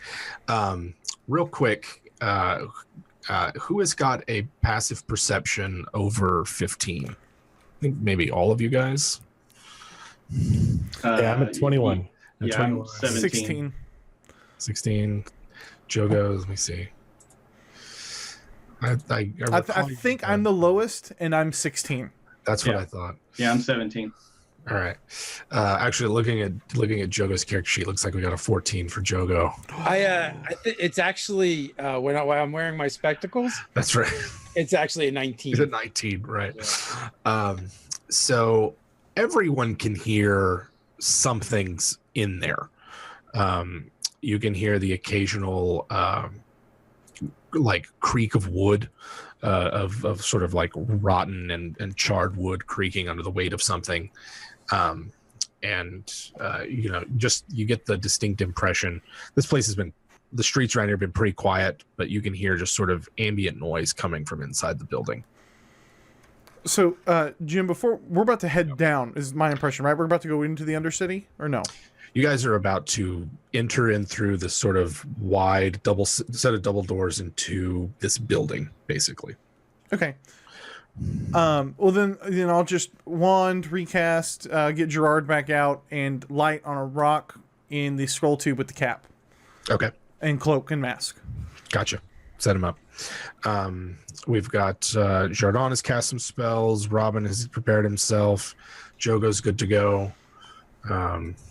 And I am sharing the map so that you guys can get a better idea what's going on here. So you enter into a courtyard that's overgrown with sort of wild vegetation. Looking up and to your left, you can see this two-story building that has its roof completely missing. It's sort of collapsed in on itself, and parts of it are strewn. Parts of the debris are strewn across the courtyard. There is a balcony that runs along the second floor that is missing a section of it. Underneath it is a large pile of rubble. From the place from where you're at in the courtyard, just sort of entering it, you can see that there are 4 doors leading into the building. 1 set of double doors, and then 3 just regular sized doors. Okay. And well, I will sneak forward to. There's a door just ahead of us on the left, correct? Correct. Yes. Okay. I'm going to sneak up to that. Okay. So yeah, anybody who is sneaking, I see Robin has already has got a 17 stealth here. Anybody else sneaking, go ahead and roll me that. We'll get those rolls out of the way. So Robin is sneaking up to this door, this first door over here to the left, and there we go. We still have pass without a trace on. Very good. Do we still have pass without a trace on? No, it's gone for his bark skin. Gotcha. Yeah. All right. Anyone else making any moves? Jardon's kind of moving up a little bit. Where's Curio? Jardon will stay next to him. Curio is kind of. Let me get a guy out here for Curio. We can, just if he's still with us. He is going to mostly just doesn't want to. He would prefer not to enter in until he knows it's safe. He's just kind of out here, right by the door. Don't necessarily want to make any inroads into the courtyard in case something horrific happens. He seems really nervous, trying to be brave. He sees you guys with all your weapons and spells and all that, and is trying to put on a good face. So Robin's over here. You can hear Robin on the other side of this door, sort of shuffling and movement coming from the other side of it. Okay. I'm going to basically kind of sign to them, that I hear something.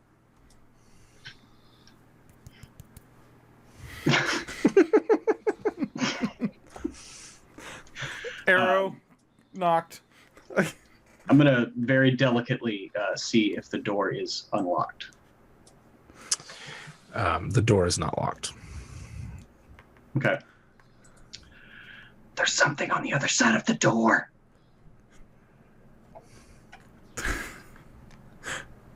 Is it the person?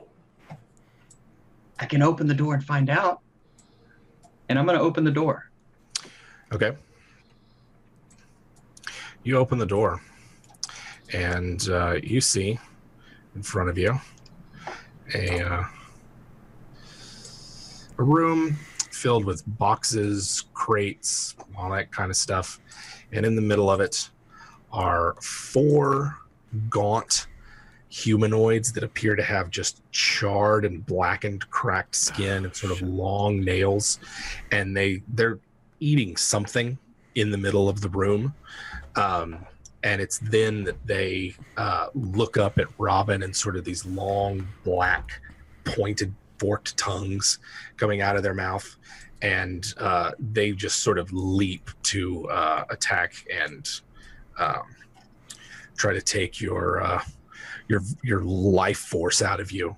So I've got the combat tracker going, initiative already running, and conveniently enough, Robin Steele is at the top of the initiative. It's actually kind of weird. It's going to be Robin, Oliver, then my guys, Joego, and then Jardon. Oh, joy. So it's Robin, Robin, what you see? There's 4 of them. And yeah, the time for secrecy is out the door. So, Okay. Yeah, I'll just be like, there's 4 of them. Yeah, they're like running at you. Okay. Well, in that case, I am going to quick, Jim, is there a lock on this door? Yes, there's a lock on this door, but this door is like a charred mess. Okay. It's for show. Yeah, no worries. Mhm. So I'm just gonna pop off a round with my crossbow. Okay. And 23 to hit. Is that a hit? Yes, it is. 23 crossbow streaks into it, slams deep into the quiver. So that's 15 damage to the lead. Who's a what's it? Whatever that is. This ghoul 11. Mm-hmm. All right. So Robin just instinctually draws his hand crossbow, fires off a quarrel at this ghoul, and it sinks deep into the quarrels or into the fletching on your bolt, and doesn't even look like it mattered. Doesn't even seem like it felt it. Right. And then I'm going to move back away from the door. Okay. That's a good fucking idea. All right. And move back here, more parallel with the group. Okay. And this in the corner, is there like vegetation there? Yeah, there's like a big overgrown bush and flowers and grass. Well, then I move back to that and I hide in the bush. Okay. All right. So Robin shoots something. Oliver, you can't really see what's in there yet, although you can hear just this kind of noise coming from the inside this room. You just see Robin duck out and run away. Right. You see him fire off a crossbow and then dart over here and hide. Got an 18 stealth. Okay. Something sound hungry in there. Maybe we should feed it. You should do that. So it's Oliver's turn. By the gods, man, what is it? And I'll just, I've got an idea, because I don't know how big the other room is, but I know that there's several things in the other room. What I'd like to do is I want to slide over a little bit, just kind of sliding across, aiming at the door, and then when and if I see this big cluster, I'm going to cast Fairy Fire on them. Okay. Which should hit all 4 of them. Yes. Yes. And the save is 15, I believe, not 11. Gotcha. Yeah, you can see all in there. All right. 15. Roll.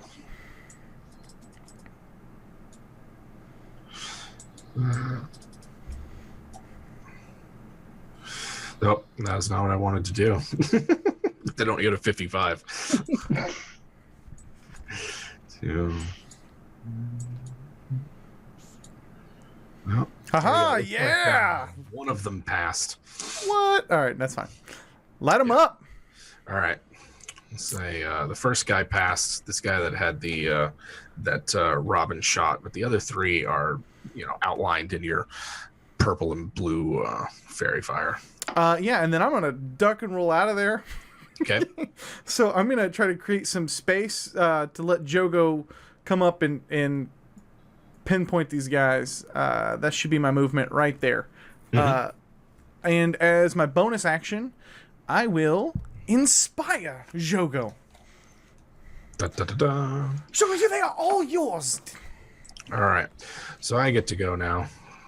And let's see. We've got the first one comes rushing out the door, not fairy fired at all. Looks around and heads towards the let's see. Head towards the nearest creature here. Looks like we've got looks like that's Jardon. So this slavering sort of nasty creature comes up out of the wall here, or out of the door here, and just its claws just dripping with gore and ichor, and its body all charred, and it attempts to lash out at Jardon and attack. It's going to hit. It's going to 18 to hit, and so it's just raking out at you. I'm going to need Jardon to make a DC 10 Constitution save. Like a boss. There you go. Damn straight. But he's going to take 7 damage from the creature's claws as they strike deep and wound Jardon. Second one comes running out. They're all really just all at once are pouring out of this thing. One of them is like just hauling ass over towards Oliver. No. Jaws hanging loose, tongue lolling from side to side. They more like lope than run. And you can hear they all just make this nasty kind of just kind of clacking their jaws, and there we go. That's where they end up. Let's see. And then poor Jardon. He's all right up in their grill. Sure. Yeah. Someone's got to take it. Someone's got to take it. He's the first one. Go. He's going to attack you as well. Maybe this will be... Oh, it's going to be a second hit as the other one comes up behind you. Oh, that Constitution save is a 6. You take 6 damage, and Jardon can feel his muscles go stiff and rigid as you become paralyzed by this thing's claw. Let's see. Go. See if I can get that.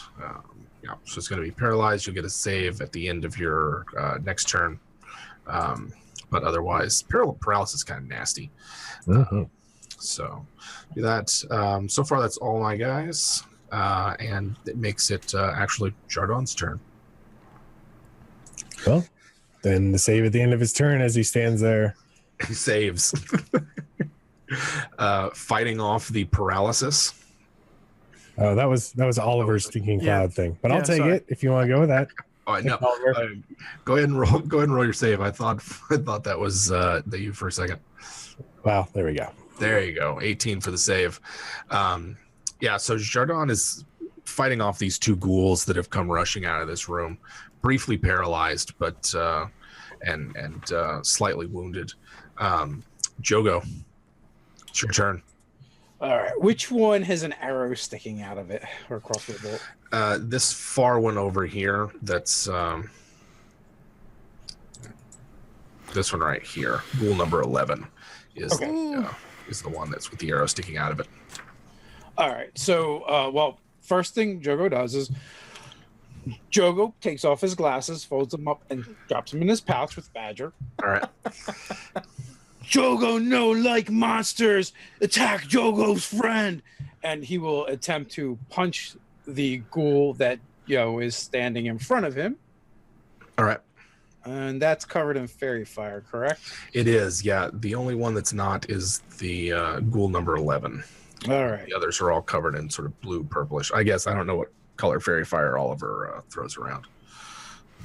Purple, man. So a 14, purple. double 7 does a 14 hit. 14 hits. Yes, it does. Oh, nice. So that will activate my grappler. So I will attempt to grapple. All right. And yeah, I got a whopping 5 for my for my attempt to resist the grapple. So you've got this guy grappled up. so I got him, and he took a whopping 5 points of damage. So Joego lunges in and kind of does a double fist clap on this thing's head and just kind of latches onto it. Uh-huh. And then I just want to shove it to the ground. So I guess that's the shove action. Mm-hmm. And you can try and resist that. It's a 25. He's going to try. Does not think that. Yeah, he doesn't. These things are emaciated and have parts of their muscles missing. They don't look like they can stand up to the might of Joego. So ghoul number 1 is now knocked prone, and I'm assuming you're still grappling it, right? I am. Basically, Joego throws it to the ground and just steps on his chest, right, pinning it to the ground. Sweet. All right, so we've got this melee going on over here with Joego standing over one ghoul, about to punch him in the face or curb stomp him. Another ghoul is lashing out at Jardon, and Oliver. The one on Oliver is yet to attack him, but he looks pretty aggressive. It's top of the initiative. It's going to be Robin's turn. Okay, from hiding, I'm going to see if I can help out Jardon here with this guy and put another arrow in him. Okay. Probably not. Did you roll with advantage? Oh, that is right. I'm sorry. I did not. So, apologize for that. There we go. Give me another roll. Oh. Oh, what is that? What just happened? With sneak? With sneak. Oh, wait. I need to roll 4 more d6. Hang on. So many dice. Good grief. So that's 21 plus a further 14. So that's 35 damage as an arrow comes streaking out of the bush. You know what we say, Pruitt? That is some danger. They're always wasted. They're always wasted. You have that many hit points, too? He had 5 left. Can I take his head into the ghoul that's right behind him? Can the damage carry over? No, I'm just kidding. The other one's on the ground.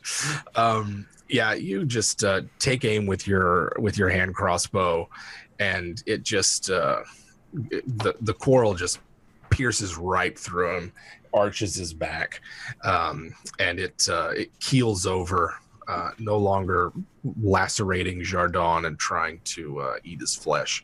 Do anything else with the rest of your turn? Bonus action to hide one more time in the bush. In the bush. For right now. All right. Heyo. 24. I saw that Pruitt. What? What do you mean? Nothing, man. All right. I'm just role playing, man. Yeah, sure you are. Curio is also hiding in the bushes over here on the opposite side of the courtyard. He discretion is the better part of valor for Curio, and it is Oliver's turn. Okay, I'm at a table full of these wonderful dungeon masters. So remind me, I believe I can take the dodge action, and then in addition to that, as the move, take my action to draw my rapier. Does that sound correct to you? Or Yeah, no? that sounds correct. That's not, you want to draw your rapier and take a dodge action. I want to specifically take the dodge action to impose disadvantage on the school. Yeah, that's fine. Yes. You can do that. But you are just awfully ugly, and I'll just kind of quickly throw the bow to the side and pull out the rapier and just kind of get on the back of my heels, prepared to dodge whatever comes my way. Gotcha. So there is a. It's perfectly fine. Oliver is in a position to see sort of the bushes in the middle of the courtyard start to kind of shake, and there's a sound of cracking wood. Oh, no. More of these charred ghouls come out of some kind of hole or something in the courtyard. Oh shit! It's much worse. And I'll kind of holler back to give people the heads up. Okay. You can see two of them crawl out of some sort of hole that the bushes were concealing. Also dodge. Yes, you are also dodging. All right. Hold on, Oliver. Joego coming. So this one on Oliver attempts to lash out at him. Let's see. I got a 10. I do not think that's going to hit Oliver. No, sir. No, sir. No, sir, indeed. This guy's that was ghoul number number 10. The others on the map here. This one sort of rushes over to Joego, who is a giant meaty snack, and attempts to sort of like jump on Jogo's back and like bite and gnaw at him. We'll see if this guy hits. No, eat Joego. No, eat Joego. That's going to be a 12 to hit Joego. That does not hit. That Joego does has not a hit. 16 on the glass right It now. just like tries to jump up on you and I don't know, twist at the last minute, and it kind of goes flying past you. It turns and brandishes its claws and gives you a kind of ghoulish hiss. And the one that you're stepping on attempts to the one that you're stepping on, I think it's probably just going to be like, I don't care that you're stepping on me. I am just going to attack you. There we go. Disadvantage for being prone. Disadvantage for being prone. Oh, yeah, that's right. Let's see. Look at that. Disadvantage for being prone. Yeah, it's, I mean, do you wear, I forget, do you wear armor or anything? No, I do not. I have bark skin right now and a Bark skin. Yeah, it's just like you can tell if perhaps if it wasn't for the bark skin, you can feel the sensation of its claws raking against your shin and your foot. It's like trying to eat your ankle, but to no avail. Its teeth cannot find purchase on yourself. Let's see who else. That was this guy. These guys move. We're moving closer here, and you can hear from inside the building more hissing and howling and screeching. Do believe that makes it Jardon's turn. All right. Unstunned. Fantastic. Unstunned. So he's going to rear back and attempt to clamp down his jaws onto the ghoul who's on Jogo's back. But as he's biting down, his mouth elongates, his arms shrink a little bit, and he turns into a Allosaurus as his bite clamps down. Nice. Bigger bite. We're going to use the Hungry Jaws to heal back a little bit or get some temporary points. Uh-huh. And here's the attack. Fun stream, guys. I'll catch you guys later. All right. A dinosaur showed up, and now you're out, Cody. I'll catch you guys later. No, I'm kidding. Giant lizard.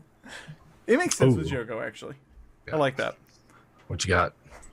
12 to hit. 12 is going to hit. Okay. This thing crunches beneath your 19 damage. jaws. Jeez. I mean, maybe the dinosaur's not that bad. Oh, now it's okay. Yeah. Yeah, and he'll gain a little of the blood kind of he sucks in, or the ghoulish thing, and The ghoulish ichor. heals slightly. Yes. So this thing, like, you pick it up in your mouth, and it's like its ichor and slime is sort of sloshed everywhere as you shake it like a dog. Like that scene at the end of Jurassic Park where they toss the Velociraptor into the bones, it just lands limp and no more unlife in it. So that takes care of that one. As Jardon turns into a giant ass lizard. Joego, or unless Jardon, you have anything else you want to do? I'm good right there. Cool. Joego. Jardon, you always eat yuckiest things. I'm just gonna scoop up the ghoul that I have pinned to the ground. I'm going to rage, and then I'm going to charge the one in front of Oliver and just use him as a battering ram. Okay. Awesome. Scoop him up, slam him in there. All right, so that's a 22. That's it. To hit a motherfucker with another motherfucker. Yeah. Andrew, you bastard. Go ahead and roll me damage on that guy. So you're doing the same thing. Where you're like taking the one and just like. Yeah. So how much does a ghoul do? I mean, I'm gonna say a ghoul does a D6 plus your strength. All right, so it'll be that's gonna be a 9. 9. Yeah, that's pretty good. Yeah. And then I will take my second attack to continue beating the other ghoul with this ghoul. The one that you had picked up originally. Yeah. So that's a 17. That hits. All right. Good, cool. Ghouls do much more damage than my fist, so that's another 7 points of damage. I don't actually know who's taking the damage, but This guy is. This is another 7 points of damage. don't worry, Oliver. Joego help you, Oliver. So you've got this ghoul in your grip, and you're like slamming him into the other ghoul, and like maybe dropping him on the concrete, and all the while it's like clawing at you and trying to bite and gnash at you, and its claws are just raking bits of wood and bark off your bark skin, and it's just desperately trying to find a way to get its jaws around you and attack. All right. Round 3, Robin, you're up. The fight has kind of moved away from Robin, but you can hear that there are other things in the room from the door that you opened. Oh, really? Okay. Well, in that case, I'm gonna stay hanging out right here, and provide mobile support or range support. Excuse me. So the one that's on Oliver, yes, specifically, I'm gonna target that one with a from hiding. So that would be with advantage. Correct. And he has advantage from the fairy fire on him as well. Yeah. Oh, that's right. Sorry, I forgot about that. Fire as well. Okay, so that's 22 to hit. 22 hits, sir. And he's going to take 14 damage. This one on Oliver, 14 damage. All right. And he's... Robin, from his vantage point, snipes another one, and it's just like the bolt goes straight through the back. Oliver can see like a little tip of the quarrel sticking out of the thing's forehead as it flops over, Oliver dodging out of the way of its charred corpse. I mean, it already is a charred corpse, right? Mm-hmm. But it's even more dead. It's undead. Dead. It's further undead. And then with my bonus action, yep, I'm gonna stealth. Right. So I'm gonna go back to stealth. Going back to stealth. Oliver, you've got your rapier drawn. You were dancing around trying to dodge this thing until Joego came up and beat the hell out of it with another ghoul. What's your next move? Yeah. I'm going to step so here's, you know what? There is there's no time like the present. So whoops, sorry about that. I'm going to move up and I'm going to do bard things, and I'm going to attack him with my rapier twice. I'm just really hoping I loaded one in, which I'm pretty sure I did. But you never know. I did. How about that? So here is the rapier. 18. 18 is going to hit. For 5 piercing, and I'm going to follow that up with another stab for 13. 13 hits. All right. For another 6 piercing damage on this ghoul.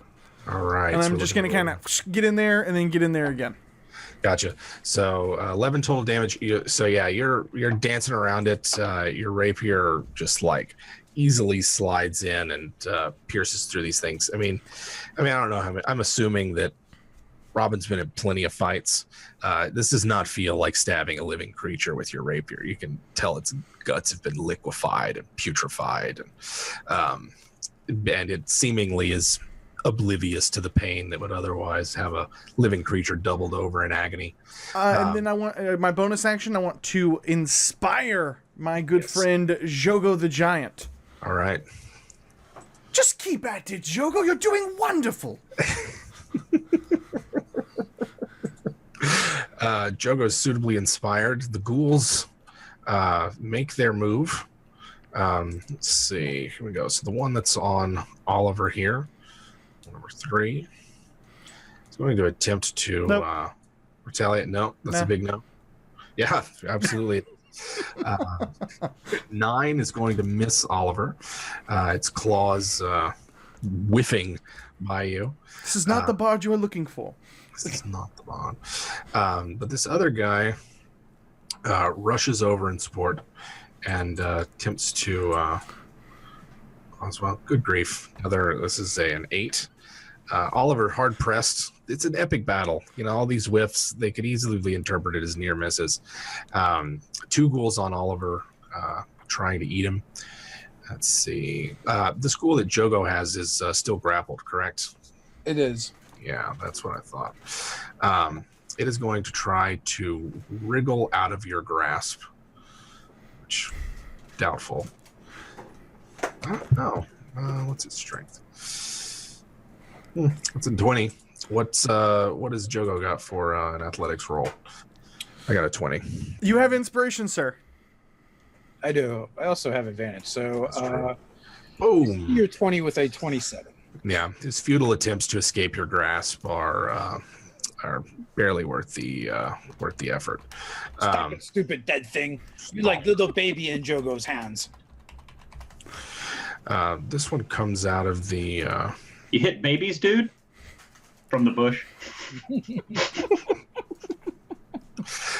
2 others come running out, and it looks like they're making their way towards Joego. And at this point, you can hear one last crack from this thing that's this manhole that's in the bushes in the middle of the courtyard, and more of the creatures pour out from some underground cavity. Well, I will if I can get the tokens on board.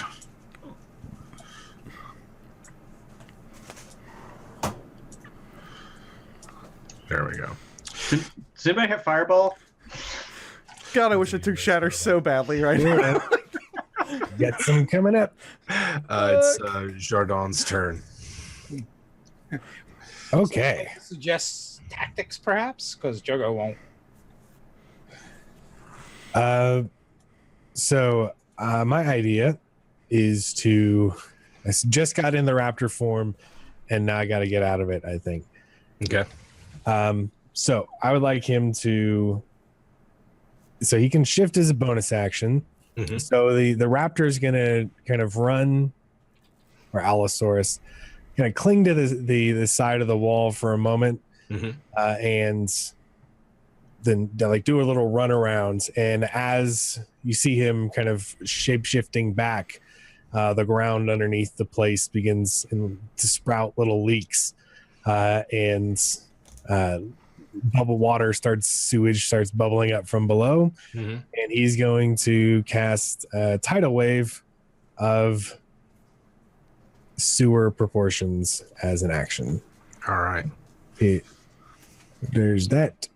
Let's see. So we've got 10 feet wide, 30 feet long. Isn't there damage? Yeah. there's damage. So they got to make a dex save. I hope I angled it well enough to avoid my allies. I do believe so. Yeah, he'll land, gather the sewage and the water into kind of a swirling vortex above his head, and then shove it. Yeah, it looks like you'll be able to get... it's 10 feet wide. You're going to be able to summon this tidal wave, sewage waste. It's going to hit 5 of them.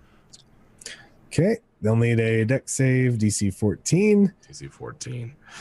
All right. Let's see. There's 1 save. 1 fail. Oh, 20-second save. Okay.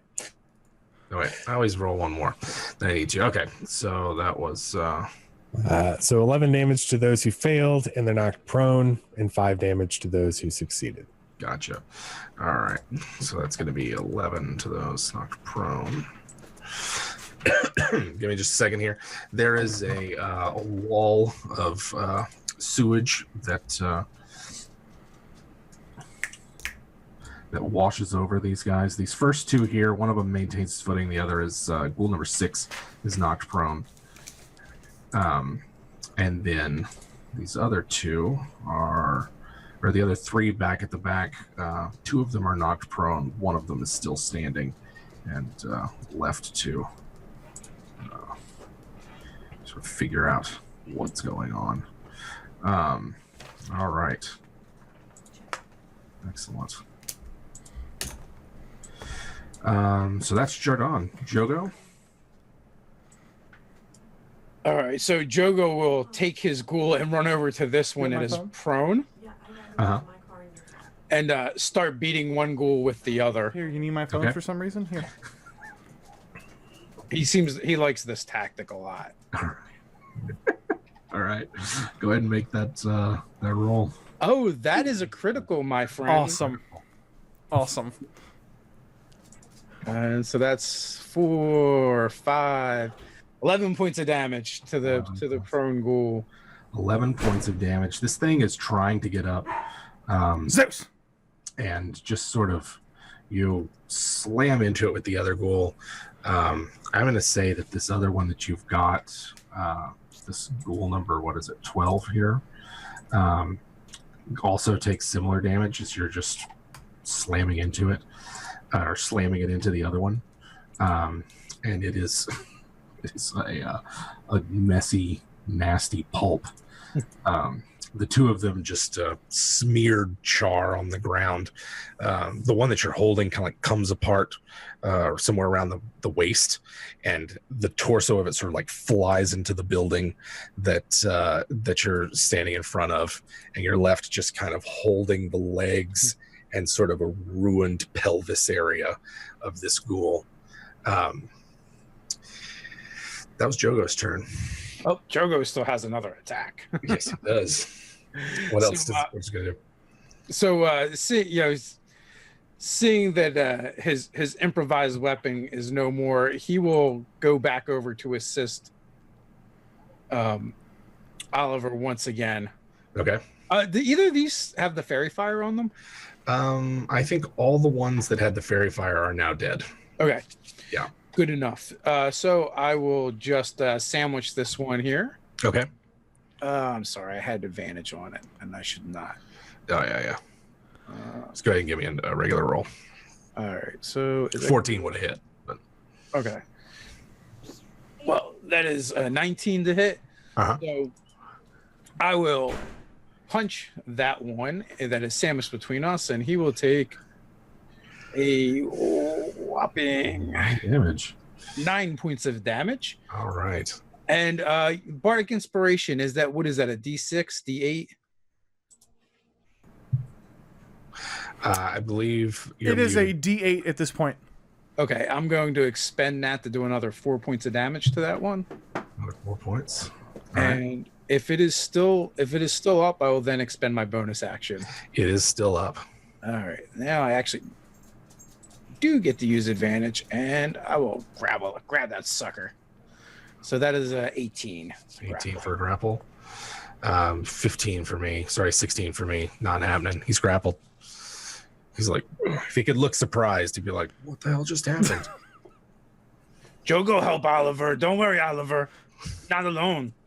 Yes, well, good timing. All right. Let's see. That was Jogo's turn. That was a pretty impressive turn, Joego. What do we got here? Joego, try. Robin, top of the initiative. You're You're muted, boss. sir.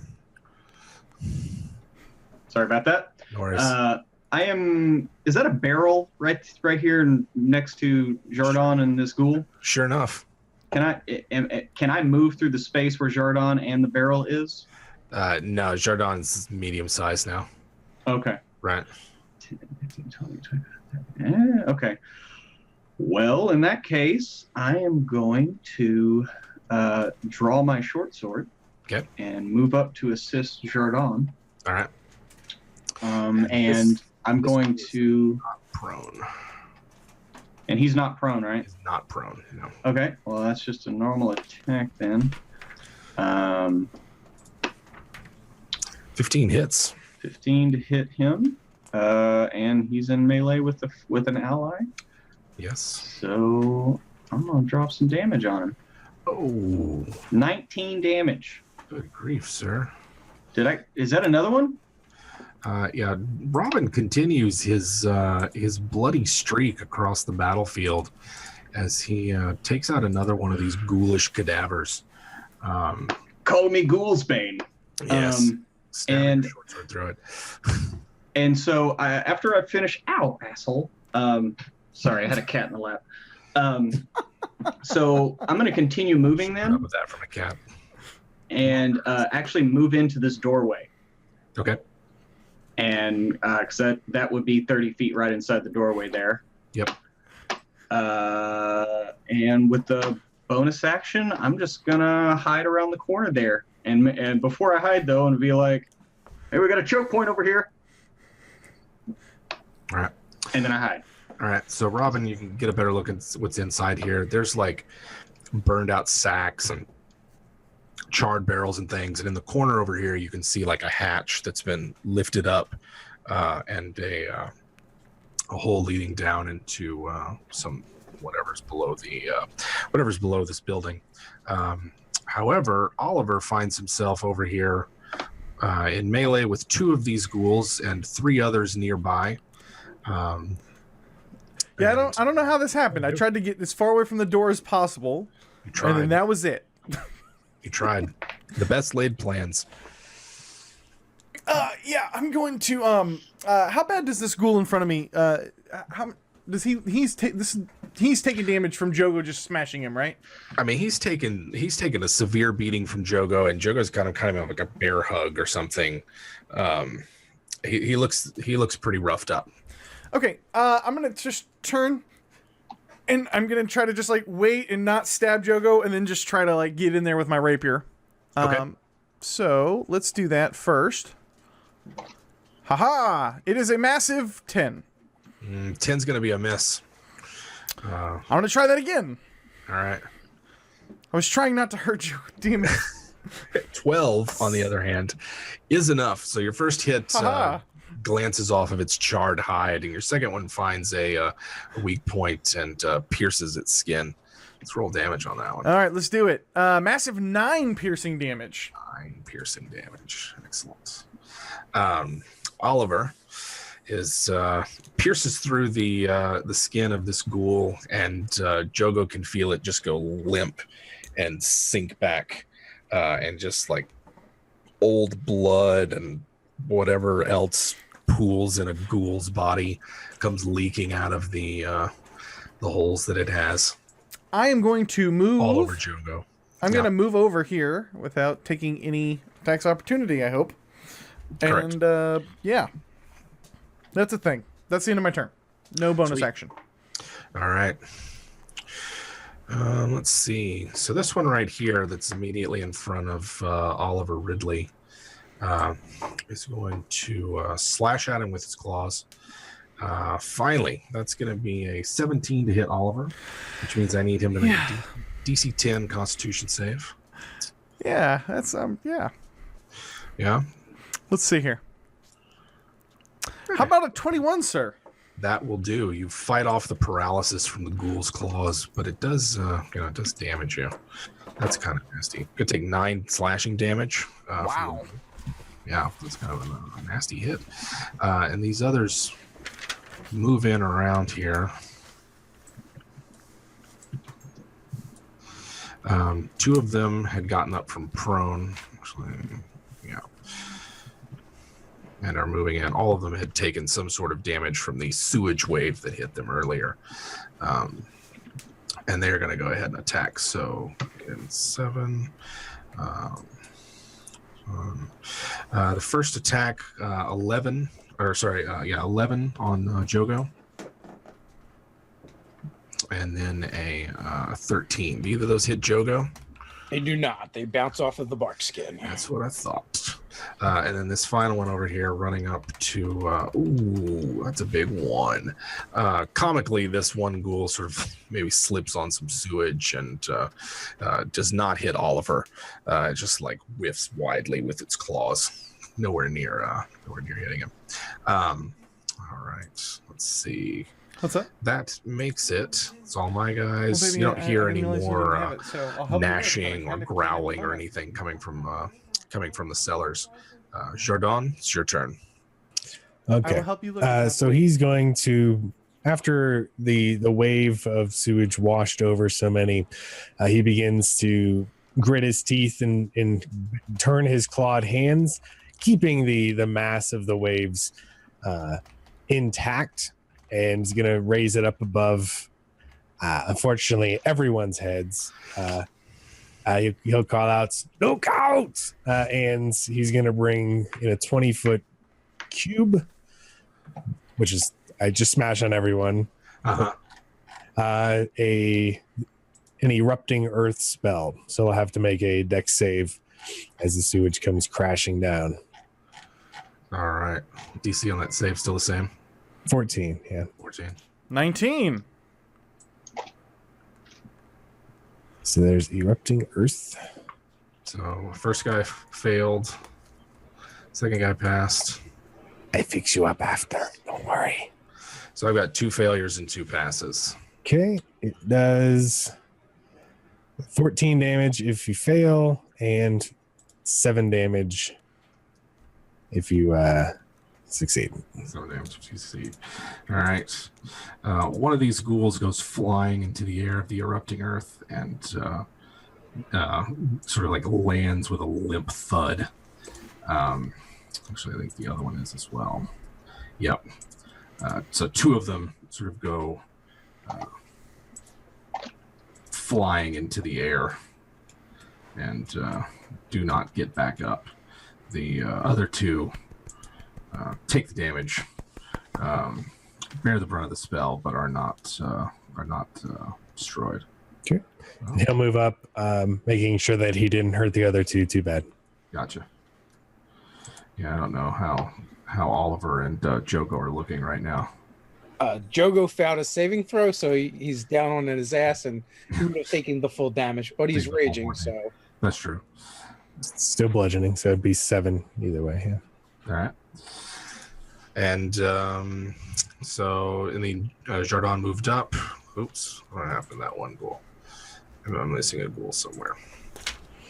And the area will be difficult terrain as sewage piles and other things are lopsidedly filling the area. Night soil. Mm-hmm. Fragrant fertilizer. Joego, it's your go. all right. So Joego will stand up. Is ghoul number 8? Is he prone or is he on his feet? He's on his feet. The 2 remaining ghouls are on their feet. All right. So I will stand up, and Joego will use his action to push him down. Okay. Because it's just what Joego does. Got a 15 to resist. All right. That is a 24. Nice. So you like, just as it's recovering from this erupting earth of whatever it is that Jardon summons from underneath the city. Joego just shoves it back down. So Joego says stay down, and now he will use his bonus action to try and grapple. Okay. And that is a 24 to pin. 24 to pin, 16 to resist, so it's pinned. And now I will actually just use his attack to stomp on it while it's down. All right. And that's a 22. 22 is going to hit. All right. So for a 9 points of damage. 9 points of damage for school. Yeah, this thing is like screeching and wailing, and sort of like the others, is like trying to claw at you as you've got it pinned with your leg and are curb stomping it. It's still got some fight left in it. Well, you know what this means, boys. Stomp, stomp, stomp the dead thing, stomp, stomp, stomp the dead thing, stomp, stomp. So Joego busts into the song as he fights.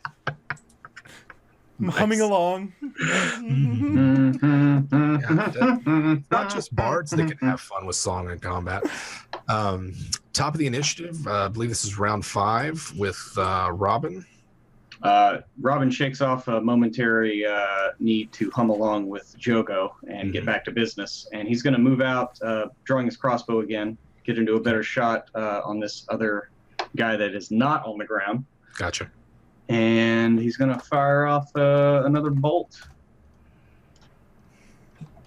13 to hit. 13 hits. Well, here you go, buddy. That's 13 damage. 13 damage. Let's see. Yeah. As another bolt flies off into his face. Flies off in his face, thunks into it, and this one goes down like a sack of potatoes, slumping to the courtyard floor. I mean, it had missed wildly last time. Wasn't anywhere close to hurting Oliver. Robin just comes up and drops it with a twang of his crossbow pistol. The lone ghoul that Joego has pinned and is stomping is the only threat left as far as Joe can tell. I believe it's Oliver's turn. Bard things? Bard things. Yeah, Bard things. 19 for 11 damage. That's going to do it. And 25 for 11 more damage. With my rapier. Got some aggression to work out, Oliver? I fucking do, and I'm just stabbing this. Careful, I don't want to hurt Joego because I know he's singing and stomping. But yes, I look down at my torn tunic. I'm pissed. The brief moment of violence is over. You look around as the corpses of 12 ghouls lie. They're already rotting, but they continue to rot now in the courtyard. Several of them just let out one last little groan or growl of unlife before they finally cease movement, and the entire abandoned building goes eerily silent. Well, I shake off the rage, and with that, Badger pops out of my pocket wearing my spectacles. Oh, thank you, Badger. I need those. And I put my spectacles back on. All right. I kind of turn over to Curio. Yeah, he comes out of the bushes. When you said you were going to try to stay out of the way, you were really fucking being serious, weren't you? He's got he's like... It was good that he did. Yeah. Nasties. Curio do a real good job of staying out of the way. He's really good at it. Gripping his walking stick. Right. Yes, Will. Right. Well, just so y'all know, there is a hatch in this room over here going down, so just keep that in mind. What in hatch? What down there? Well, I don't know. We could go investigate or continue searching the first floor of this manor. Just before we head off, Jardon's going to take a little bit of sewage, maybe stuck on Jogo's face, stuck on Oliver, a little dangly bit thing. He'll absentmindedly quickly shove them into their mouths and cast, "This is good one." Kind of chew their mouth, and they'll each heal 9 and 7. All right. There we go. Sorry if I get you messy. Your medicine you, don't Joego. taste good, but it does job. Medicine never tastes good. Thank you, Jardon. Thank you, Jardon. It is appreciated. All right. So Jardon patches them up with his sewer magic, and sewer shaman. That's a good. I like it. And you guys find yourself standing in the middle of this courtyard. There is a hatch leading down in one of these rooms, as well as some sort of hole or something that they were coming out of in this patch of vegetation here. Yeah, well, while Jardon is healing the other two, I'm gonna move forward and check out that where they were coming out of. Okay. The stench here is like overwhelming. You can smell. It smells like a carnal house or an abattoir or something. You don't know. You're not really sure what's down there, but it's definitely smells like rotting something. Oh God! All right, guys. Don't smell that. It's the smell. There it is. It's a new day for Jim Davis. It is. It's a new day. How about the rest of you guys? Jardon will be ready to follow along to continue the investigation. All right. I'm just kind of composing myself and waiting for Robin to lead this. I trust his instincts here, and Jardon as we continue further down to the Undercity. Okay. Okay. Watching their backs. All right. So it sounds like Robin, you've got the lead. Okay. So Curio, we need to find something, right? Where are we gonna find it? What's the best place? We need to get this done quick before we all start throwing up. I mean, You need Jardon, best finder. Yeah, this was her home. I was only here once before the fire took it. Her room was on the second floor, and he points to the room that's immediately above where the ghouls came out of. Okay. There's sort of like a balcony running along the second floor, although there is a significant gap in the balcony that leads to her bedroom. Oh, I want to jump up there so bad. How close are we to from target to Curio? Were we close to kind of where our target place is to find this person, to find this ghost? Yeah, he's pretty sure that it's in that room that's on the second floor. Okay. It's in this building, right? It's Correct. I got you. Okay. How far up is that? It's only like 10 feet up. There's a balcony there. So you say thing up there we need? Yes. So Robin is going to jump up there.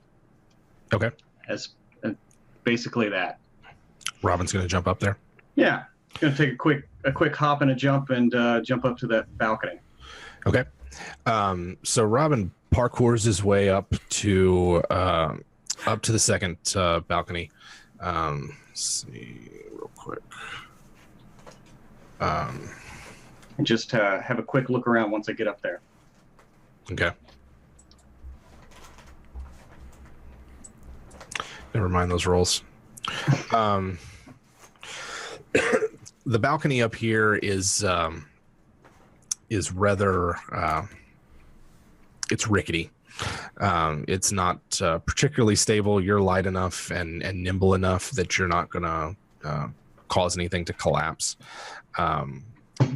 But if everybody like goes tromping around on this balcony and running and jumping all over the place, it might just bring the whole thing down. So everybody's gonna have to be careful if they follow you up. I'm gonna go ahead and move to a second map real quick. Woot woot.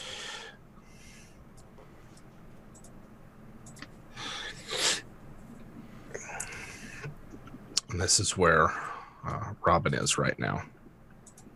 You guys can see that. You can see a little bit inside this room. I hope you guys can see that.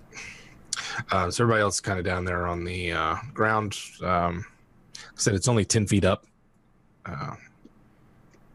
What's y'all's next move? I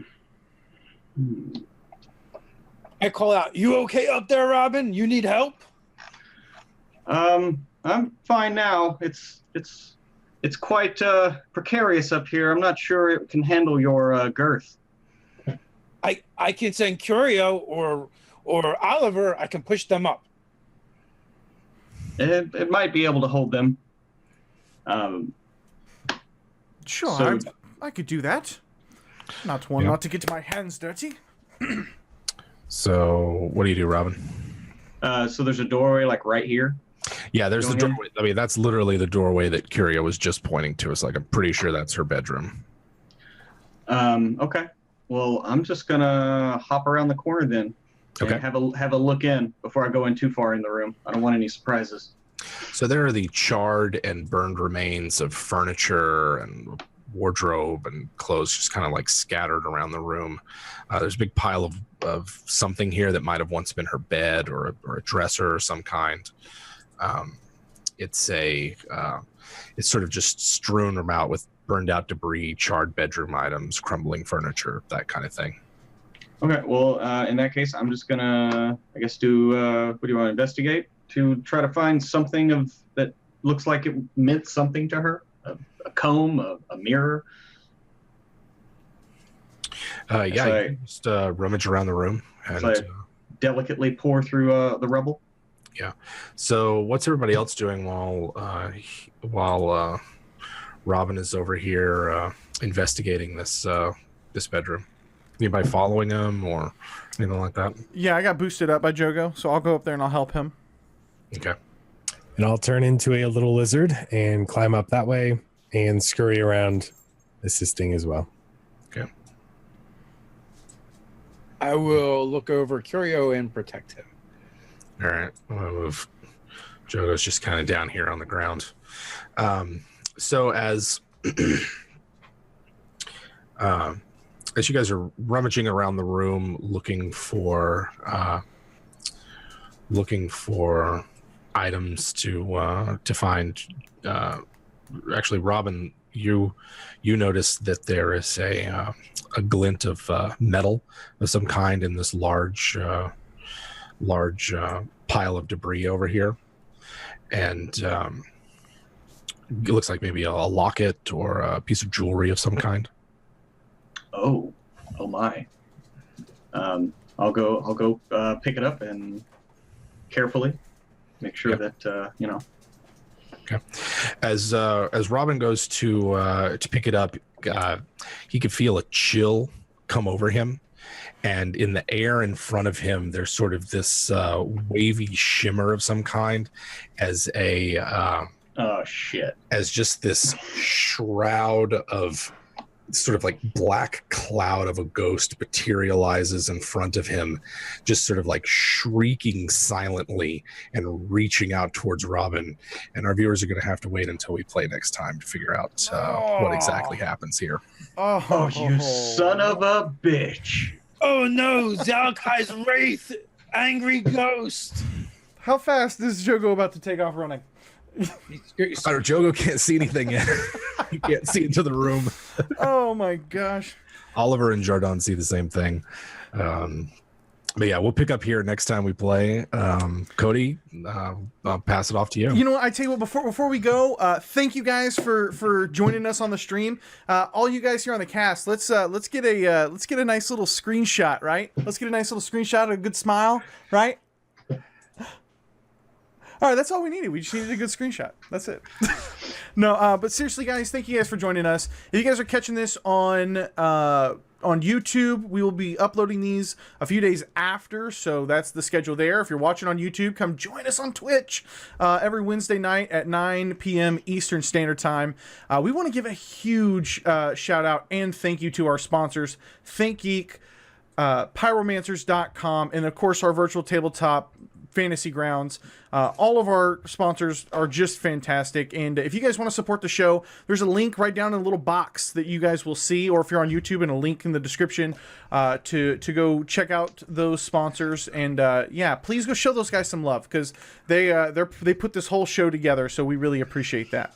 Click stuff. Yeah, Yes. yeah. Also, I do want to give you guys a quick chance before we boogie out of here to talk about GenCon, because we will not be on next week.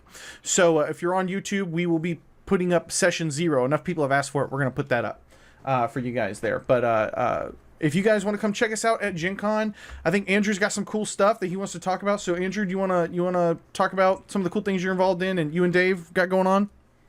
Yeah, GenCon should be really neat. I get to see a lot of people in person and interact with the community and creators and all this good stuff. So very excited for that. On Thursday, we've got this double panel. The first one with Dave and Maze Arcana, where we're going to be playing kind of a celebrity game and showcasing some Eberron. And then just after that, we're doing a GM improv showdown where Nerdarchy's streaming this live, where myself, Matt Mercer, and a few other pro GMs are going to go head-to-head on how well they can improvise in a DM scene, and then talk about what were the strategies for that improvisation. Why did I say what I said? That kind of thing. That'll be on Thursday. We're playing games on Friday, hanging out with people, True Dungeon, escape rooms, huge miles of vendors, gaming all weekend. It'll be fantastic. Are you signing up for an escape room, man? I'm doing one. I'm escape room. Yeah. It's I'm real. I've never done one of those. And then True Dungeon, you run around and do stuff. I don't even know what I'm doing yet. I know I'm playing in a game, which, guys, if you can't make it to GenCon, Maze Arcana, you'll be able to watch that. That's happening at 11 a.m. And then the game not the game, but the event with Matt Mercer, Satine Phoenix, Andrew, Shannon Germain, and the people from Seventh Sphere Publishing, which is Open Legend as well. Ryan as well as Brian, which oddly enough rhymes, will be there as well. Also will be streamed. So you guys, you may not be able to get to GenCon, but we're going to bring a little bit of GenCon to you.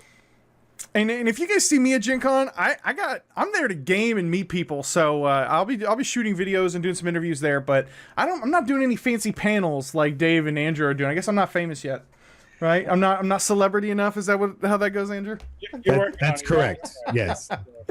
I mean, at least you guys are gonna be at GenCon Web DM. Yeah, we're a bunch of losers over here. That's Y'all can go hang out at Piggly Wiggly. We will, when we're out having a couple beers, we will be thinking about you, Web DM boys. I promise. Yeah. We'll pour some out for WebDM. All right, guys. Thanks. Thank you all so much for watching. Thanks for tuning in. Again, we're off next week, but we will be back the week after that, back from GenCon, and we will see you guys then. So we will catch you guys very, very soon. Take care.